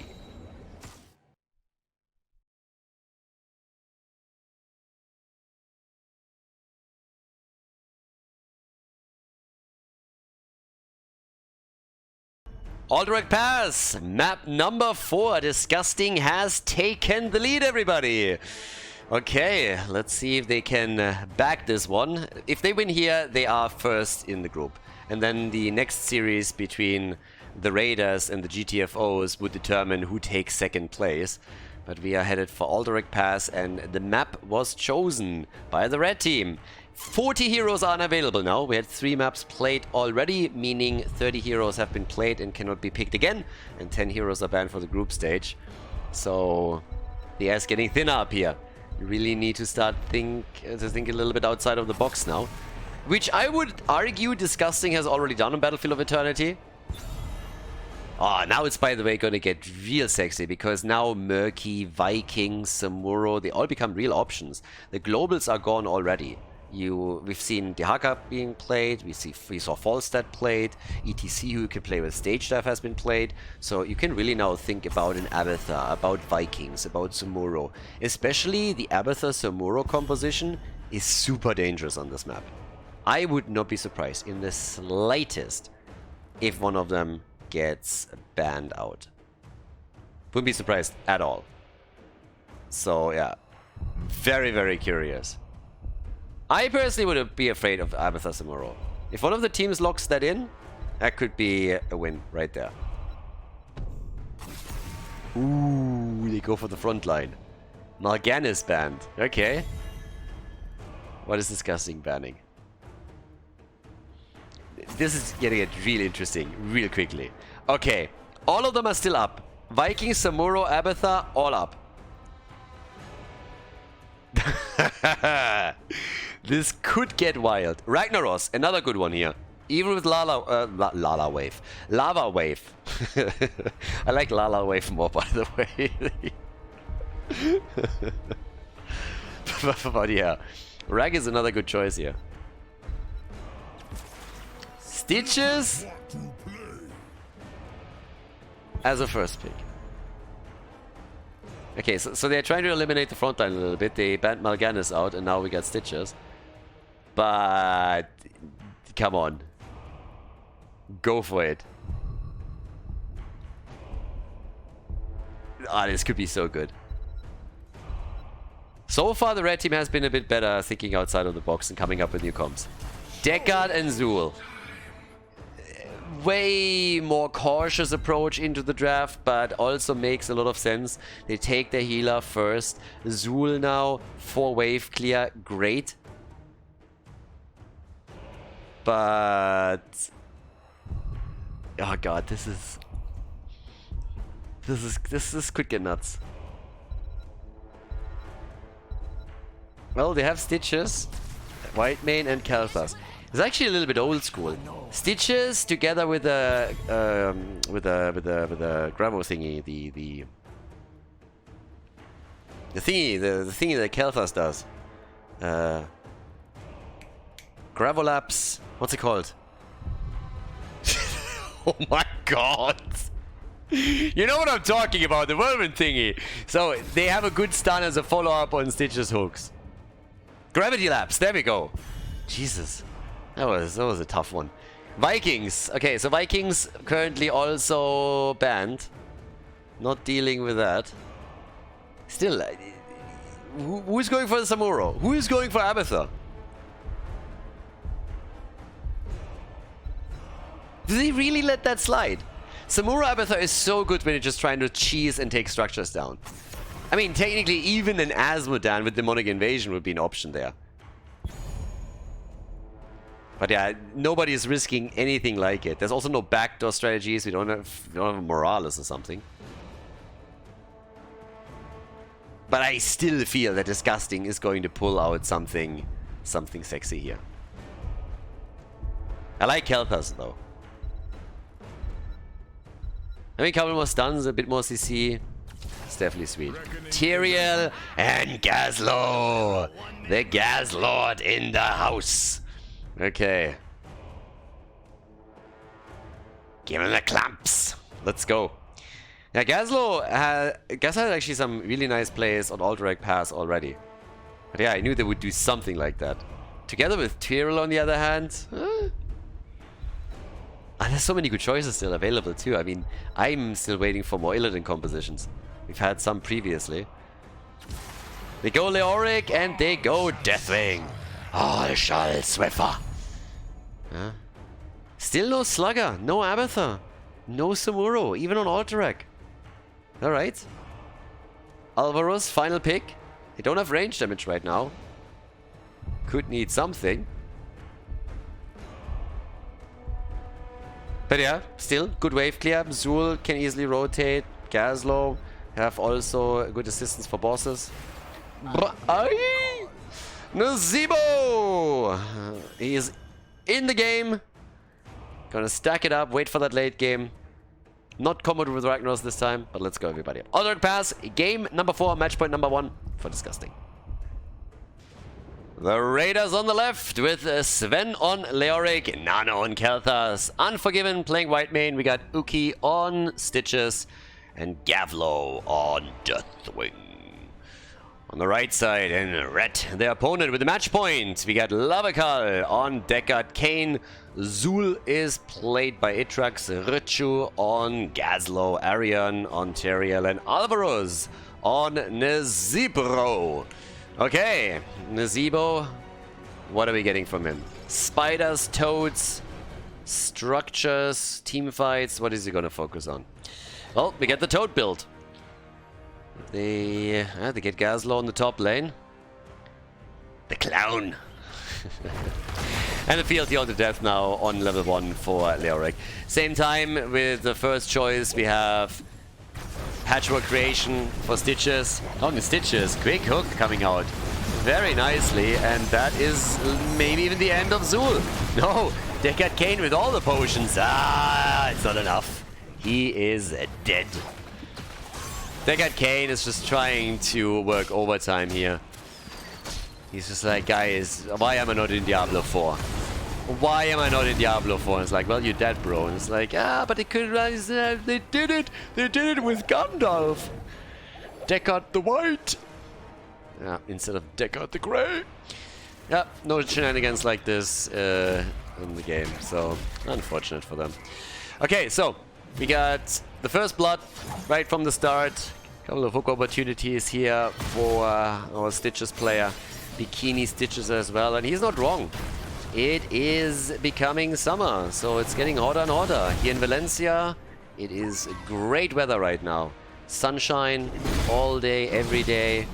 We got our 20 to 24 degrees. It's really nice. I'm honestly a little bit sorry for everybody that is currently living in the northern parts of Europe, because from what I can tell, your weather sucks. And that would piss me off quite a little bit, so yeah, that would annoy me. That would really annoy me. So yeah, big shout out to all of you. You're fighting the good fight. So we got on level 4 the Energy Royal over here for the Gravity Labs. And the top side, Leo against Zul now, but nice pressure in the mid lane. Blue team obviously very dedicated to all the aggression here and trying to fight back so that they can force this to map number 5. I would be absolutely on board with the 5th map. I can't tell you that much, but I guess the red team has other plans. And Richo, he's playing Gazo now, which is kind of funny to me, by the way. He's been absolutely murdering it on the side lane throughout the entire group stage. The Leoric plays that he had just yesterday were bonkers, absolutely bonkers. Multiple entombs over walls that hit absolutely perfectly, set up kills for the team. It was just great. Can he also shine with Gaslow? That's the bigger question here. But we get on level 4, we get the Ruby and also the Paralyzing Rage here for Zul. Leo, who is up against Zul at the top lane. The first objective is up. So are the camps, which are both of the teams are going for. Bit more of an aggressive play now by Tyrael as he comes through with Divine Vigor and the Ardent Restoration. Are we actually going to get Judgment from him? Is Arian going for Judgment on this one on level 10? We have Nazebo with the Blood Ritual, so a little bit more sustain over here that keeps him on the lane longer, and his stacking is not looking too bad. 43. This is usually a map that tends to last quite long, so if you make it to 20, then Vile Infection would as usually be absolutely fantastic, and especially with the Toad build, you can then take structures down super quickly. But they're already dishing out some damage down there. 11 stacks on the Toads. We have also the level 7 talent now unleashed. It's an interesting choice, by the way. The Sunfire enchantment for Khaldor, so he's definitely deviating away from the norm, even on the level 7 talent. The level 4 itself was already not your usual choice. Nano just all in on the mages here. Nice hit! Good gravity lapse on Tyrael, but they could not get the kill. Whiteman, on the other hand, has nearly fallen. Top side, Leo, he's doing a very good job with the pressure plays that we're having here. So the wall is already damaged, and down at the bottom of the map, Deathwing is making similar moves against Richo. So it's a fairly tense game, right from the beginning. 4.5 minutes in, but several lanes are being attacked and being sieged up upon.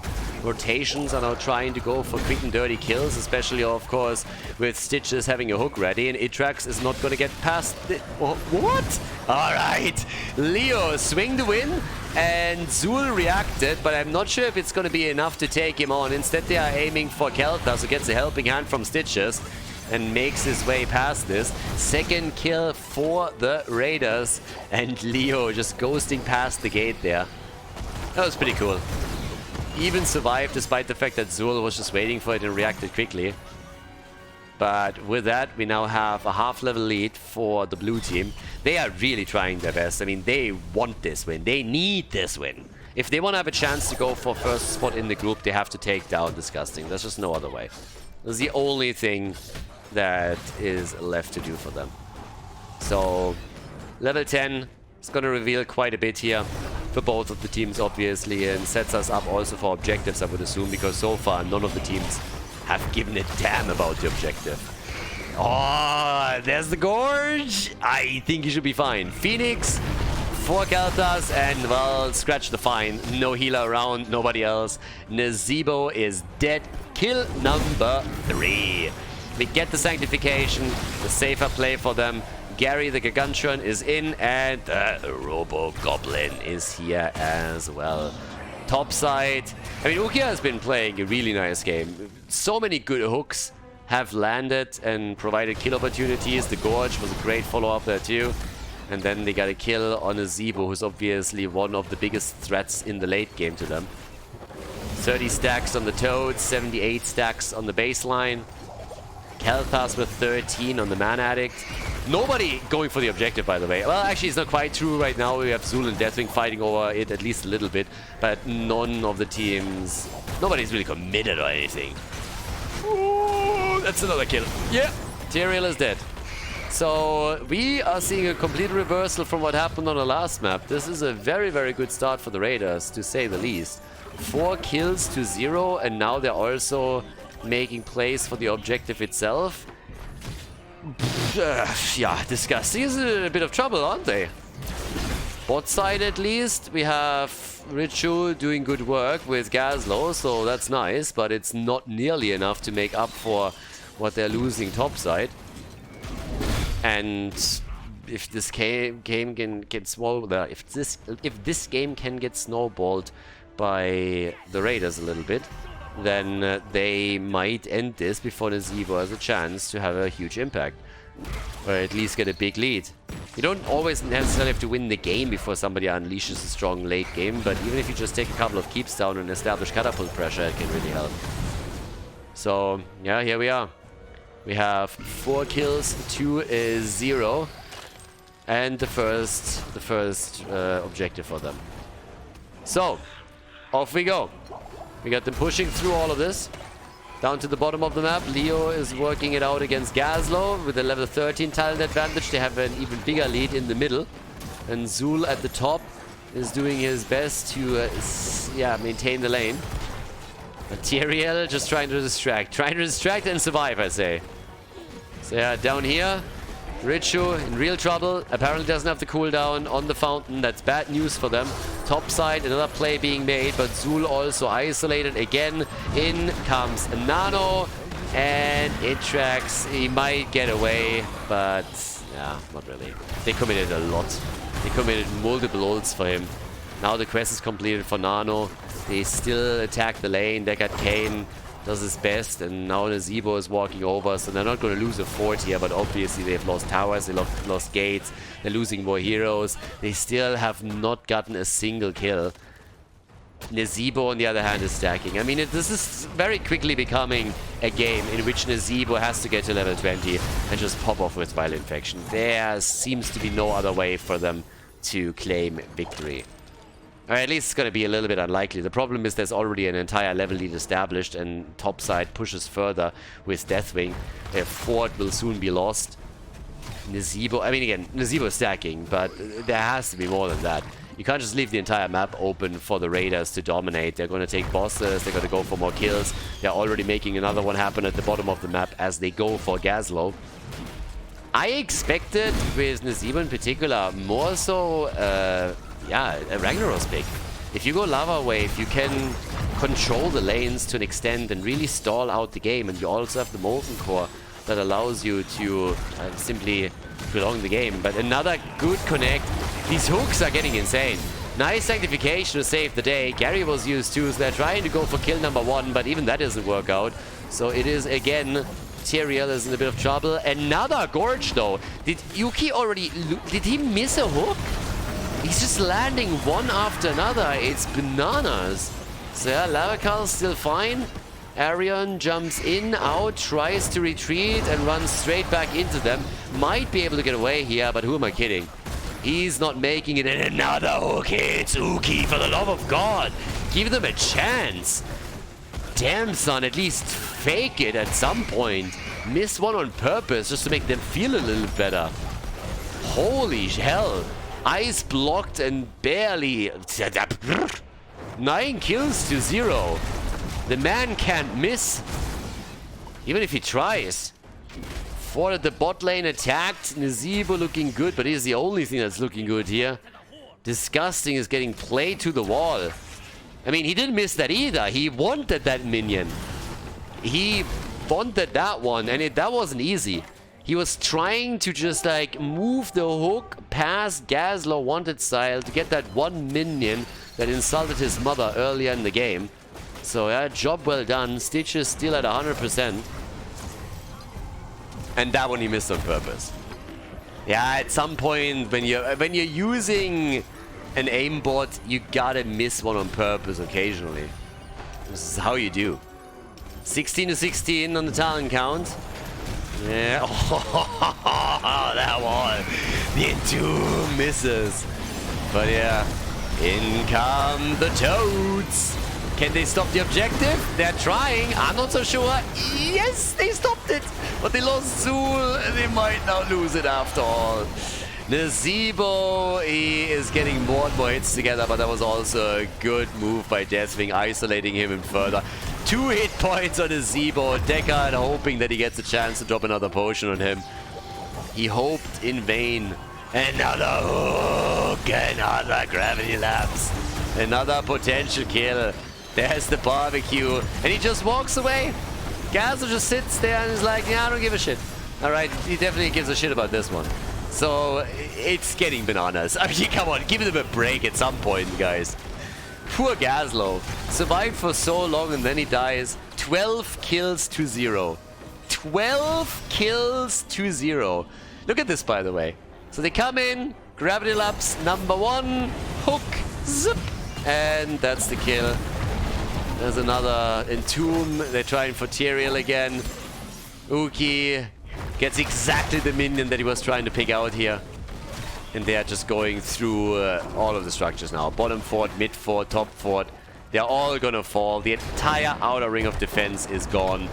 And even if you're stacking well on a Zebo, the problem is simply if you're losing this many structures and you have absolutely no way of properly fighting back, it's spelling disaster. It is spelling absolute disaster. 52,000 damage for Leoric. Drain it, baby, drain it. We have 44,000. Nano is sitting at 49k. Should be a little bit salty that he's in top damage. He has made some really nice moves, but the amount of CC that he's providing is obviously also quite stellar. The 12 kills to 0 thing is just crushing me, though. This is a 2-level gap. Do you know how much time they have once they got level 20? They want game 5, and they're not the only ones. I want game 5 too. Give me game 5. Show me what they have up their sleeves on a 5th map. When things get really crazy. Half a level until 20. Deathwing at the top. Hiding in a bush. This game is so dumb sometimes. I mean, seriously. You have Deathwing sitting here. Look at this model, okay? And then look at that little bush. He sits there, it's like wings here, the tail there, snout over here. And everybody else is like, I can't see anything. There's nobody here. I was like, yeah, sure. Du mich auch. Level 20. Level 20. They got it.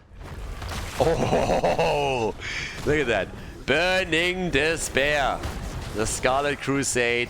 Zul trying to get experience for them. It's another prisoner camp. So, yeah. Zul is hiding too. Or at least he's trying. I think they got him in vision, or? Run! Run, baby, run! No! He's trying to buy some time here. That's not how you buy time. No. 13 kills. Objective, boss, keep. What do you go for? Gotta go for something. They are trading bosses. Okay, so finally a little bit of a play that might be working for them a bit. I gotta give it to Nazebo though. He's about to be done with his level 1 quest. Next fight should give him completion. And we have him with the baseline nearly completed. So he just needs a few more minion waves, which he's going to get right now as they're taking the boss. And after that, they are going to be able to rely on his level 20. So, yeah, he is a few short. One more toad setup. Don't fight, boys. You don't want to fight this one. They still have some vision at the top, I suppose. But yeah, there comes the objective. This is the one that they somehow have to sustain themselves to. Do you, by the way, know how kills would really help them here? Uki, for the glove of God! Stop, dude. Just stop. Now you're just getting cocky. Now you're just showing off. Yes, you deserve that. You deserve to die here. Alright. Credit where credit is due. Hail to the king, baby. I mean, yeah, he's disgusting. Uki is absolutely disgusting. Nazebo is done with the stacks, both on the baseline as well as on his level 1. They're close on level 20. Objective, they obviously have to give it up. 1 fort at least down at the bot lane. Nothing that can really be done here. But they will have level 20 for the defense. Okay, so this is the moment of truth. The good news is they haven't lost a keep yet. No keep has been lost yet. The bad news is obviously that the top keep is already on half HP and there's an objective headed their way. I don't really understand, by the way, why they didn't destroy this with everybody so that they have lost less there, so yeah. But infection. Nazebo, time to shine. Just wait for him to get hooked and killed within a second. Nazebo is at 50,000 damage. 50,000 damage and 110,000. That's the numbers for him. We're going to keep a bit of an eye on him as this continues, but yeah, his numbers are going to get pretty big pretty quickly. But they are also going to aim for him. They know that he's the one to kill. They need to try and take him down as quickly as possible, and he's dodging the hooks as best as he can. Yeah, good damage. Again, top keep. They're trying to safeguard it. Nazebo is doing a very good job here in the middle, but I'm not quite sure if he's going to be fast enough. Gazlo is already dead. Leo survived. Another hook, another stun, another kill. Sanctification not on point. Leo died, but so did Deckard. The keep in the middle, they still hold on to it. Keep at the top, keep in the middle. They're all so low, it's ridiculous. There's the explosion. Nazebo is at the front, and he is alive. He is dead. Nazebo did it. This is game. 61,000 damage. Not enough. Not nearly enough. 5-man team wipe. The entire team gone, and we, ladies and gentlemen, we go to game number 5. More armor shields are taken as more keeps are being dropped. Stitches is going to remove the last one as well. Seems like he will. They have only 4 heroes right now, but yeah, not going to be a problem for them. There's nobody there to defend this. Stitches actually died on the keep. Not that it matters. Again, there are no armor shields remaining. The core can be focused quickly. Gazlo is back. I think they're retreating. They could have definitely ended it here. But yeah, they misplayed that slightly. But again, this is over. No way they're bringing this back. If they are bringing this back, I'm gonna shave my head. I'm gonna do it, I promise. If they bring this back somehow, I'll do it. But yeah, I mean, you can already tell, even with the core regenerating, it's losing so many hit points now. It's just crazy. It would be funny though. Imagine for just a second if Nazebo just pops off. But yeah, I don't know why they suicided everybody like into that keep. They had enough time to get the damage in. So yeah, but objective is coming up again. So yeah, 200 stacks for Nazebo. But obviously there's not a single keep left. I mean, this alone could end it. It's crazy. They need to try and take some structures out and get some quick kills. To be fair to Nazebo, he's obviously now popping on damage, but yeah, they're just pressured back by minion waves. So they delay the game a little bit further. The result should very much be the same. Alright, here's the team fight. Let's go. Nazebo trying to do his thing. Core is getting attacked. Look at that. Look at the hit points up here. No armor shields. That is a big problem. You usually don't see that on this map. Usually it's only 2 that get removed. But now all 3 got taken. Nazebo is a little bit too low. And over here, yeah, some damage still done. But the core is able to take the waves out. Core is still defending. Still going strong. How are they trying to play this out now, though? Another big one already coming in at the top lane, too. Okay. That's Sven getting attacked here. Nazebo has gathered 20,000 damage ever since he had access to his level 20. Yeah, 20,000 damage since then. He's closing in on top damage in the game. There's only 2 more heroes that are ahead of him. Leo and Kalthas. But can they get something done? Gazlo is defending, but the problem with Gazlo defending is also that they currently have nobody. Oh, Nazebo. Nazebo! And he's eaten. Nazebo. Dead. He's dead. Oh, and the money entomb. Right. Double kill. Zul, Deckard, Kane. They're all dead. And, well, that's game. So they were able to survive a little bit longer, but after all of the keeps got destroyed, the outcome was always going to be the same. Here comes the play for core and game, and that is victory. Brings us to game number 5. We are going the distance here today. Uki, just stop at this point. Just stop. You're already the GOAT. This is not debatable anymore. You don't have to hate these hooks anymore. You're fine. But yeah, this man is disgusting on Stitches. Either way, game's over. Another 5-man wipe as the Raiders are claiming victory on the 4th map of the Best of 5 series. And therefore, we're now headed to game number 5, where we have in total 50 heroes banned. GG. Well played. Alterac pass goes to the Raiders.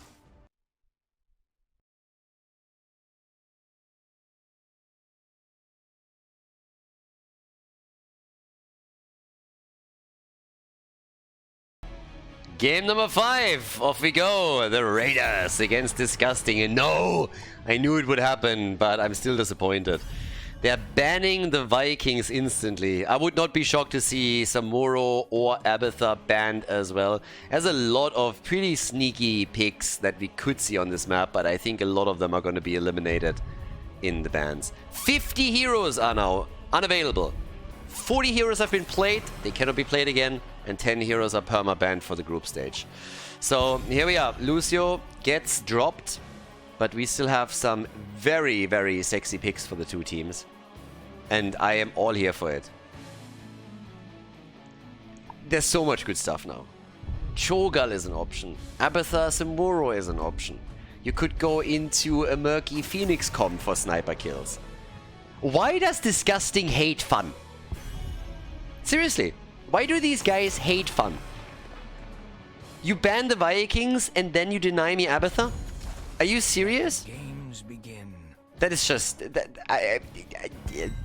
unacceptable. Unacceptable. Medivh as a first pick. Wow. Just wow. All the good ones gone right away. I'm not even angry. I'm disappointed. They're disgusting. Alright. Alright. Let's see what the Raiders can do. Oriel and Cassia. Yeah, Oriel's already dangerous. You gotta be a little bit careful with your healers, frontliners, also a bit of a problem. But map 5 is obviously gonna get interesting, despite the fact that we are now in the warm-up phase of Meta Madness, as I already pointed out at the beginning of the game. We have a lot more heroes banned when it comes then to the playoffs. But guys, since this is a 5-mapper, another big quick shout out to the Patreons. Thank you for everybody that supports the channel on patreon.com/Khaldor. This wouldn't be possible without you. So this is all you guys. Thank you very much. Absolutely appreciate it. Thanks a lot for the continued support. And you make tournaments like this possible. So yeah, big shout out to all of you. Uther and Imperius. Okay, Uther's in. Don't ban enough. Don't ban more fun. Ragnaros is still up. A bit questionable on towers. We're talking crazy picks right now, right? So Murky, Phoenix as a comp is still available. You have Samuro available. Suljin, good ban by the way. Cho'Gall is available. Might get banned now if they're afraid of the Oriel comp with him. And yes, they are. I'm telling you, these guys are hating fun games. They're hating fun games. This is not okay. This is not cool. I'm not on board with this. Khaldor disapproves heavily.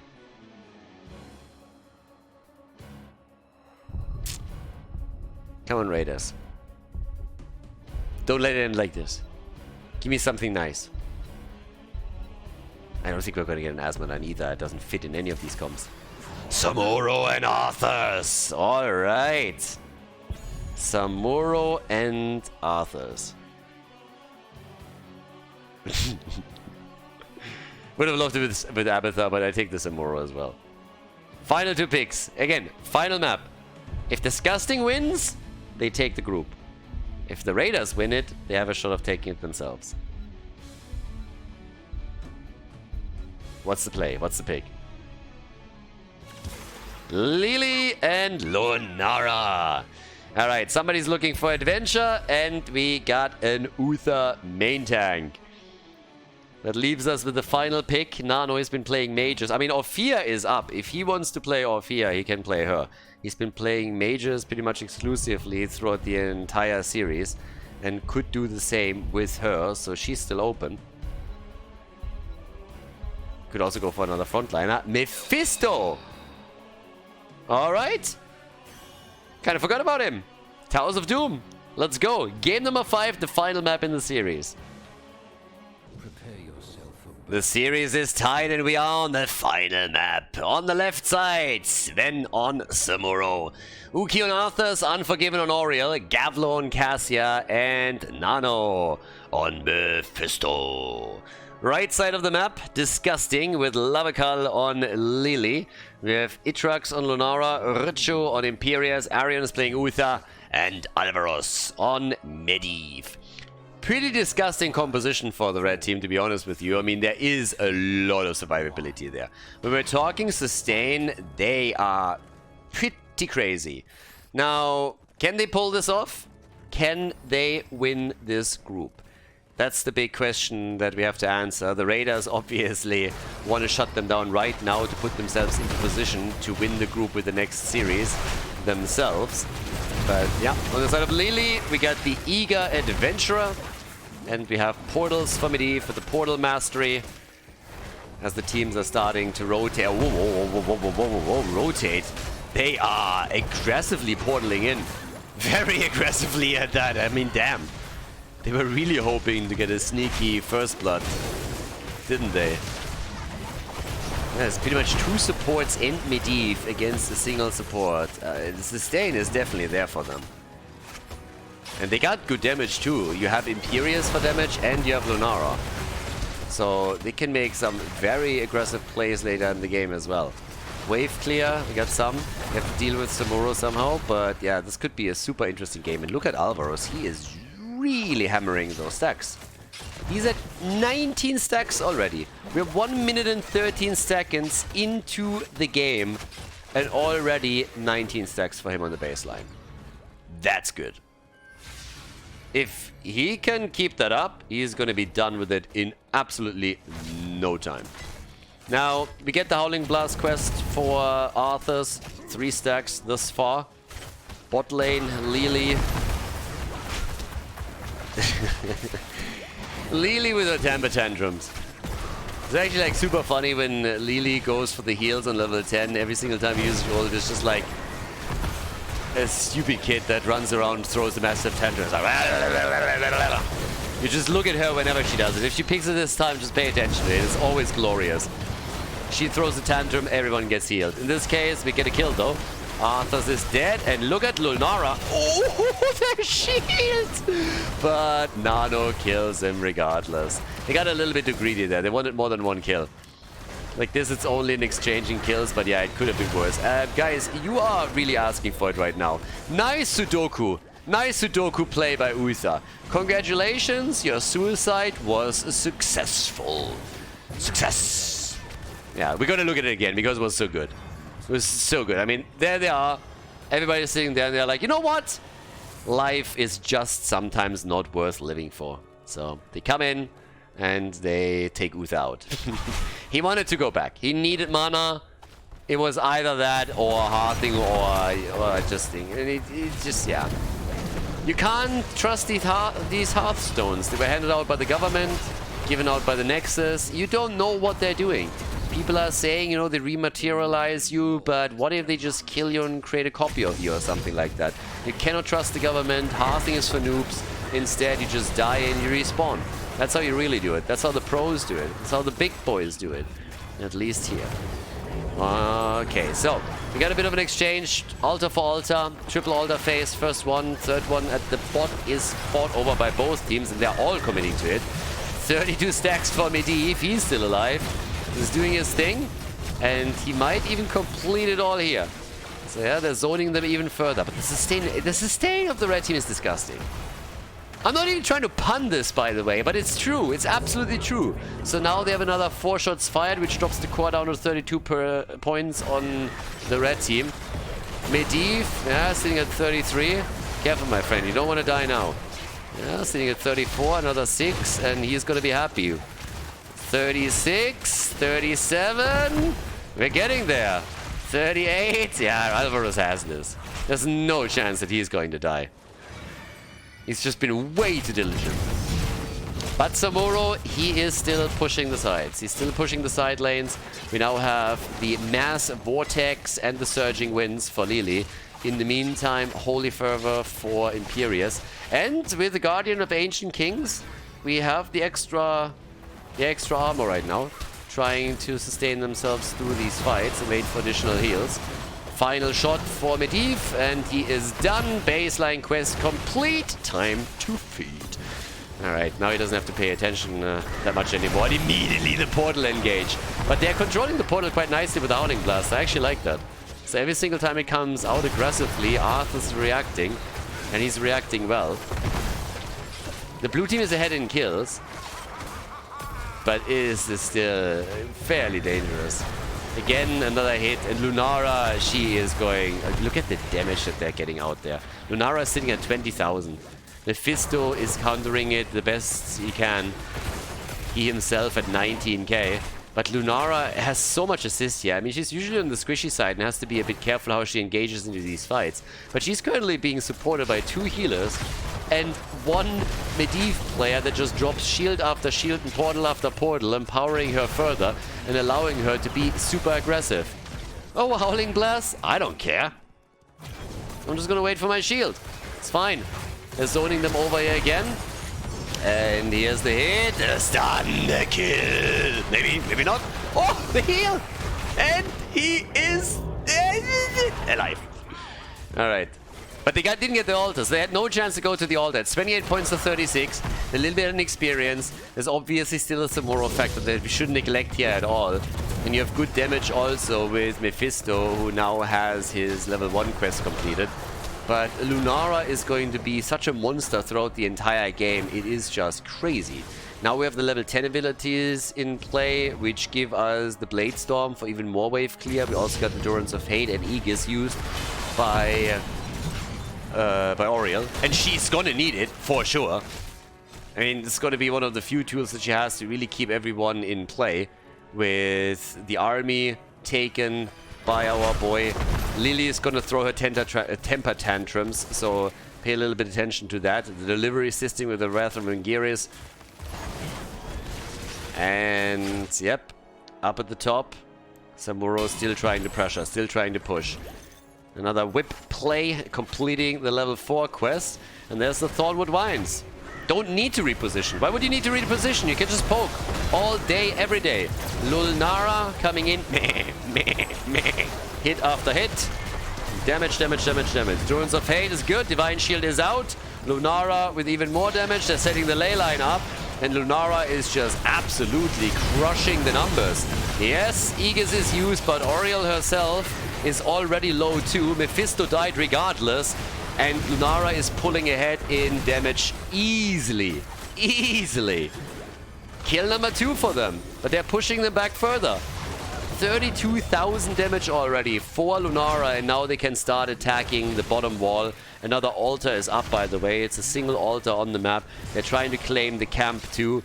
Nuki, Arthas, yep, sits at the front, gets hit again. Altar channeled, so they lose another 4 points on the core. They're down to 24 now. At least the camp hasn't been stolen away because Arthas made his move up top. But it is just bananas. 10,000 damage ahead of Mephisto by now. Cassia has taken over for the top damage on the blue team. So much sustain. Blue team needs to hope that Samuro is going to pop off as the game continues and really controls the lane pressure. And he does a good job with it, don't get me wrong. But it's going to be really difficult. Kills would be great here, but the problem is still that you're up against so many supports. And of course there's also the Divine Shield. It's not like Uther went for the Divine Storm for extra stun and control. Instead they just went for the panic button. They can go deep easily. I mean, look at this. Lunara just absolutely, she doesn't care. She doesn't care. She knows that she's going to have the assist whenever she needs it. Early level 13 for the Raiders. Disgusting. No problem. There's Lily. Look at Lily. Running around, healing it up. Actually, it doesn't work with that skin as properly. But there's the Aegis. Ley line is being used. Another couple of hits for Lunara. She gets the damage through. Arthur's in trouble. Gets another heal, but it's still not enough to save him. He dies. And here comes the delivery. It's going to be the end of Cassia as well, unless Oriel pulls off a bit of a miracle. And she actually pulls it off. Oriel is able to save her. Yeah, they are starting to retreat. Nice whip. But the Divine Shield is always there. They still can't get another kill. 44,000 damage for Lunara. 25,000 for Medivh. So it's not like he doesn't do any damage either. Medivh is really helping out a lot. Double altar is up. Okay, there's a bit of a dodge. And instantly the attempt to go for Nano again. But this time Imperius doesn't connect the stun. He is rather low, but Medivh has now channeled in the middle. Another 4 shots fired. They're down to 20 points. 20 to 36. Lily again, running around, healing everybody up. Nice connect with the stun. They're safe. And Lunara's dead. Lunara is dead. Maybe an opportunity now. They barely saved Mephisto. Lunara has fallen. Everybody else is able to move back out. But that was the kill that they needed. They were able to take Lunara out, and that is the main damage dealer gone. So now a big opportunity to finally channel an altar. And Nano pulls it off. So yes, they fire back. They take one of the two altars. 32 to 20 points. Alright, it's not hopeless yet. But obviously, they are gonna have Bambi back. Bambi is back to business. Top damage in the game, by the way. Gonna be Cassian in just a second. And also, the quest on level 4 is nearly done for Arthur's. So yeah, he's nearly done with that. So a little bit more CC, a little bit more slow. A bit more help from him. Medivh just providing vision throughout all of this, by the way. So if he's not providing damage or heals, he's just going for vision. And Pierce at the top. They're invading with 5. And this is a big one. This is a really big one. 1 down, 2 down. And all of a sudden, the Raiders are in the driver's seat again. They're level ahead. The Raiders are an entire level ahead now. They invaded at the perfect moment in time. Imperius wasn't there. He was topside defending. So now the pumpkin camps have been stolen by the Raiders. They got the kills and they're going for bell tower control. Another look, but Alvarez gets out. The bell tower gets converted though. Bell tower converted. Close call. And a good whip, but not good enough. Triple altar phase. So just as the second triple altar phase is announced, we have 5 bell towers for the blue team. Perfect comeback opportunity now. Perfect opportunity to start a comeback. You get 2 out of the 3 and you have a big lead over your opponent. You get all 3 and you are even ahead. So, yeah. Bit more damage done. They're trying for some more. They can't quite get him, but at least they do some damage. At the bottom of the map, they have no chance of going for the bot lane altar. They know that too. So right here, they're aiming for the top. Can't really make it happen. 5 shots fired. It gets disgusting. 3 against the Raiders. But this battle isn't over yet. Again, they go for Arthur's. Arthur's. Careful. And no, not like this. Lunara, a little bit too greedy here. Yeah, they are starting to fall apart a bit. That synergy that we saw in the earlier fights is slowly disappearing. They're being split up by the Raiders and then taken out individually. Both of the teams now with level 16. That was an advantage that the Raiders already had and they capitalized on it. Now we got Benediction. That's gonna help. It's gonna help a lot. But if you look at the core points, I mean, first of all, we have a 2-level lead by now for the blue team. That in and of itself is already a bit bananas. On top of that, we now have 6 kills to 3, and we have bell tower control for the Raiders, which they are trying to even extend by using Samuro on the lanes, as previously predicted, to try and get the structure damage in. So, Disgusting has all of a sudden fallen behind here. Pretty heavily. So that will get dicey. They're not out of this yet though. I mean, they had some really good team fights and they could definitely come back with the same play. Try and sustain themselves like crazy through these team fights while they're slowly whittling down the hit points of the opponent. Leyline used. They're attempting to retake the bottom bell tower, and Lunara is dishing out very good damage and can continuously also poke with the Thornwood Vines when she has the cooldown back up. 60,000 damage for her, so she is again top damage in the game. But the next double altar phase is coming up. And they should try and take this bell tower before it starts. Yeah, try to invade, come in with a stun, force them back a little bit. Turn around attempt, Torrents of Hate, and the heals. All the heals. Ult from Lily. Uther goes down, so 1 dies. Can of course use that to heal up a little bit more, but now even pumpkins are connecting. 19 points to 17. Samura at the top is attacking further, even trying now to steal the altar. I mean, this is not going to happen, but they are just generally really struggling to maintain that lead. So Lunara, a little bit of damage. Arthur's coming again. Good dodge on the Howling Blast. Someone was important, so Lunara is going to be safe. Lunara is going to be fine. They're trying to channel this, but they're still behind bell towers, and there's another camp at the bot lane that is pushing for the death zone, trying to connect with the core directly. Currently they are ahead, but the question is for how long, especially considering that the blue team now has level 20. big lead for them. 3-level lead nearly. And look at the hit points on the bell towers on the minimap. They're losing them now. Guys, the Raiders are at it. The Raiders are turning the game. Shots fired, bam, welcome single digits. And now it's 6 bell towers to 2. They're going for the boss. No problem whatsoever right now. Take the boss, get those extra 4 shots, put them down to 5. And then another altar is going to do it for you. They have another big opportunity to take the top as well. Shots are in. What a game by the Raiders. Really struggling at the beginning, but then turning it all around on Towers of Doom. And now they are in full control of this game. It's still 1.5 levels that Disgusting needs for level 20. And this is their only hope. Get to level 20, win some team fights. They have to fight for the next objective. It's a single altar at the bottom of the map that spawns next. Now, technically, they can retake the top bell tower and then hope that even if they lose out on the altar with a single point on the core, they have a chance to bring this back. That chance exists. Is that realistic, though? It's a very different question. So in comes the play. Once more, Arian gets out, but they are again struggling to disengage here. They make it, though. A death here would have been brutal. Would have been fatal. But off we go. Half a level until 20. And the blue team, they want that bell tower. Imperius has to abandon the top lane. He's coming back down. He's trying to help the team. Big damage from Lunara. Once again, Durance of Hate in the back. Already, Lily using her ult. Using the ult. And here comes the Divine Shield. Everybody's going full bananas. Richu coming in from the side with a flank, trying to go for the Wrath of Ringerius, and he just doesn't get the ult connected. And they are retreating back to the altar. Level 20 is not here yet. They're so close, but they just don't have it. They just don't have it. They need a little bit more time. The whip is in. The channel gets interrupted. Channelus interruptus. But, yeah. Altos! The Aegis. And off we go. Redemption is in. Imperius is dead. Uta is dead. No! Just as they have level 20, they're getting all crushed. It's a 5-man wipe. Lily's not going to make it either. Is she? Hello? No. This is game. The channel has happened. The core is gone. And the Raiders take down Disgusting and win the series.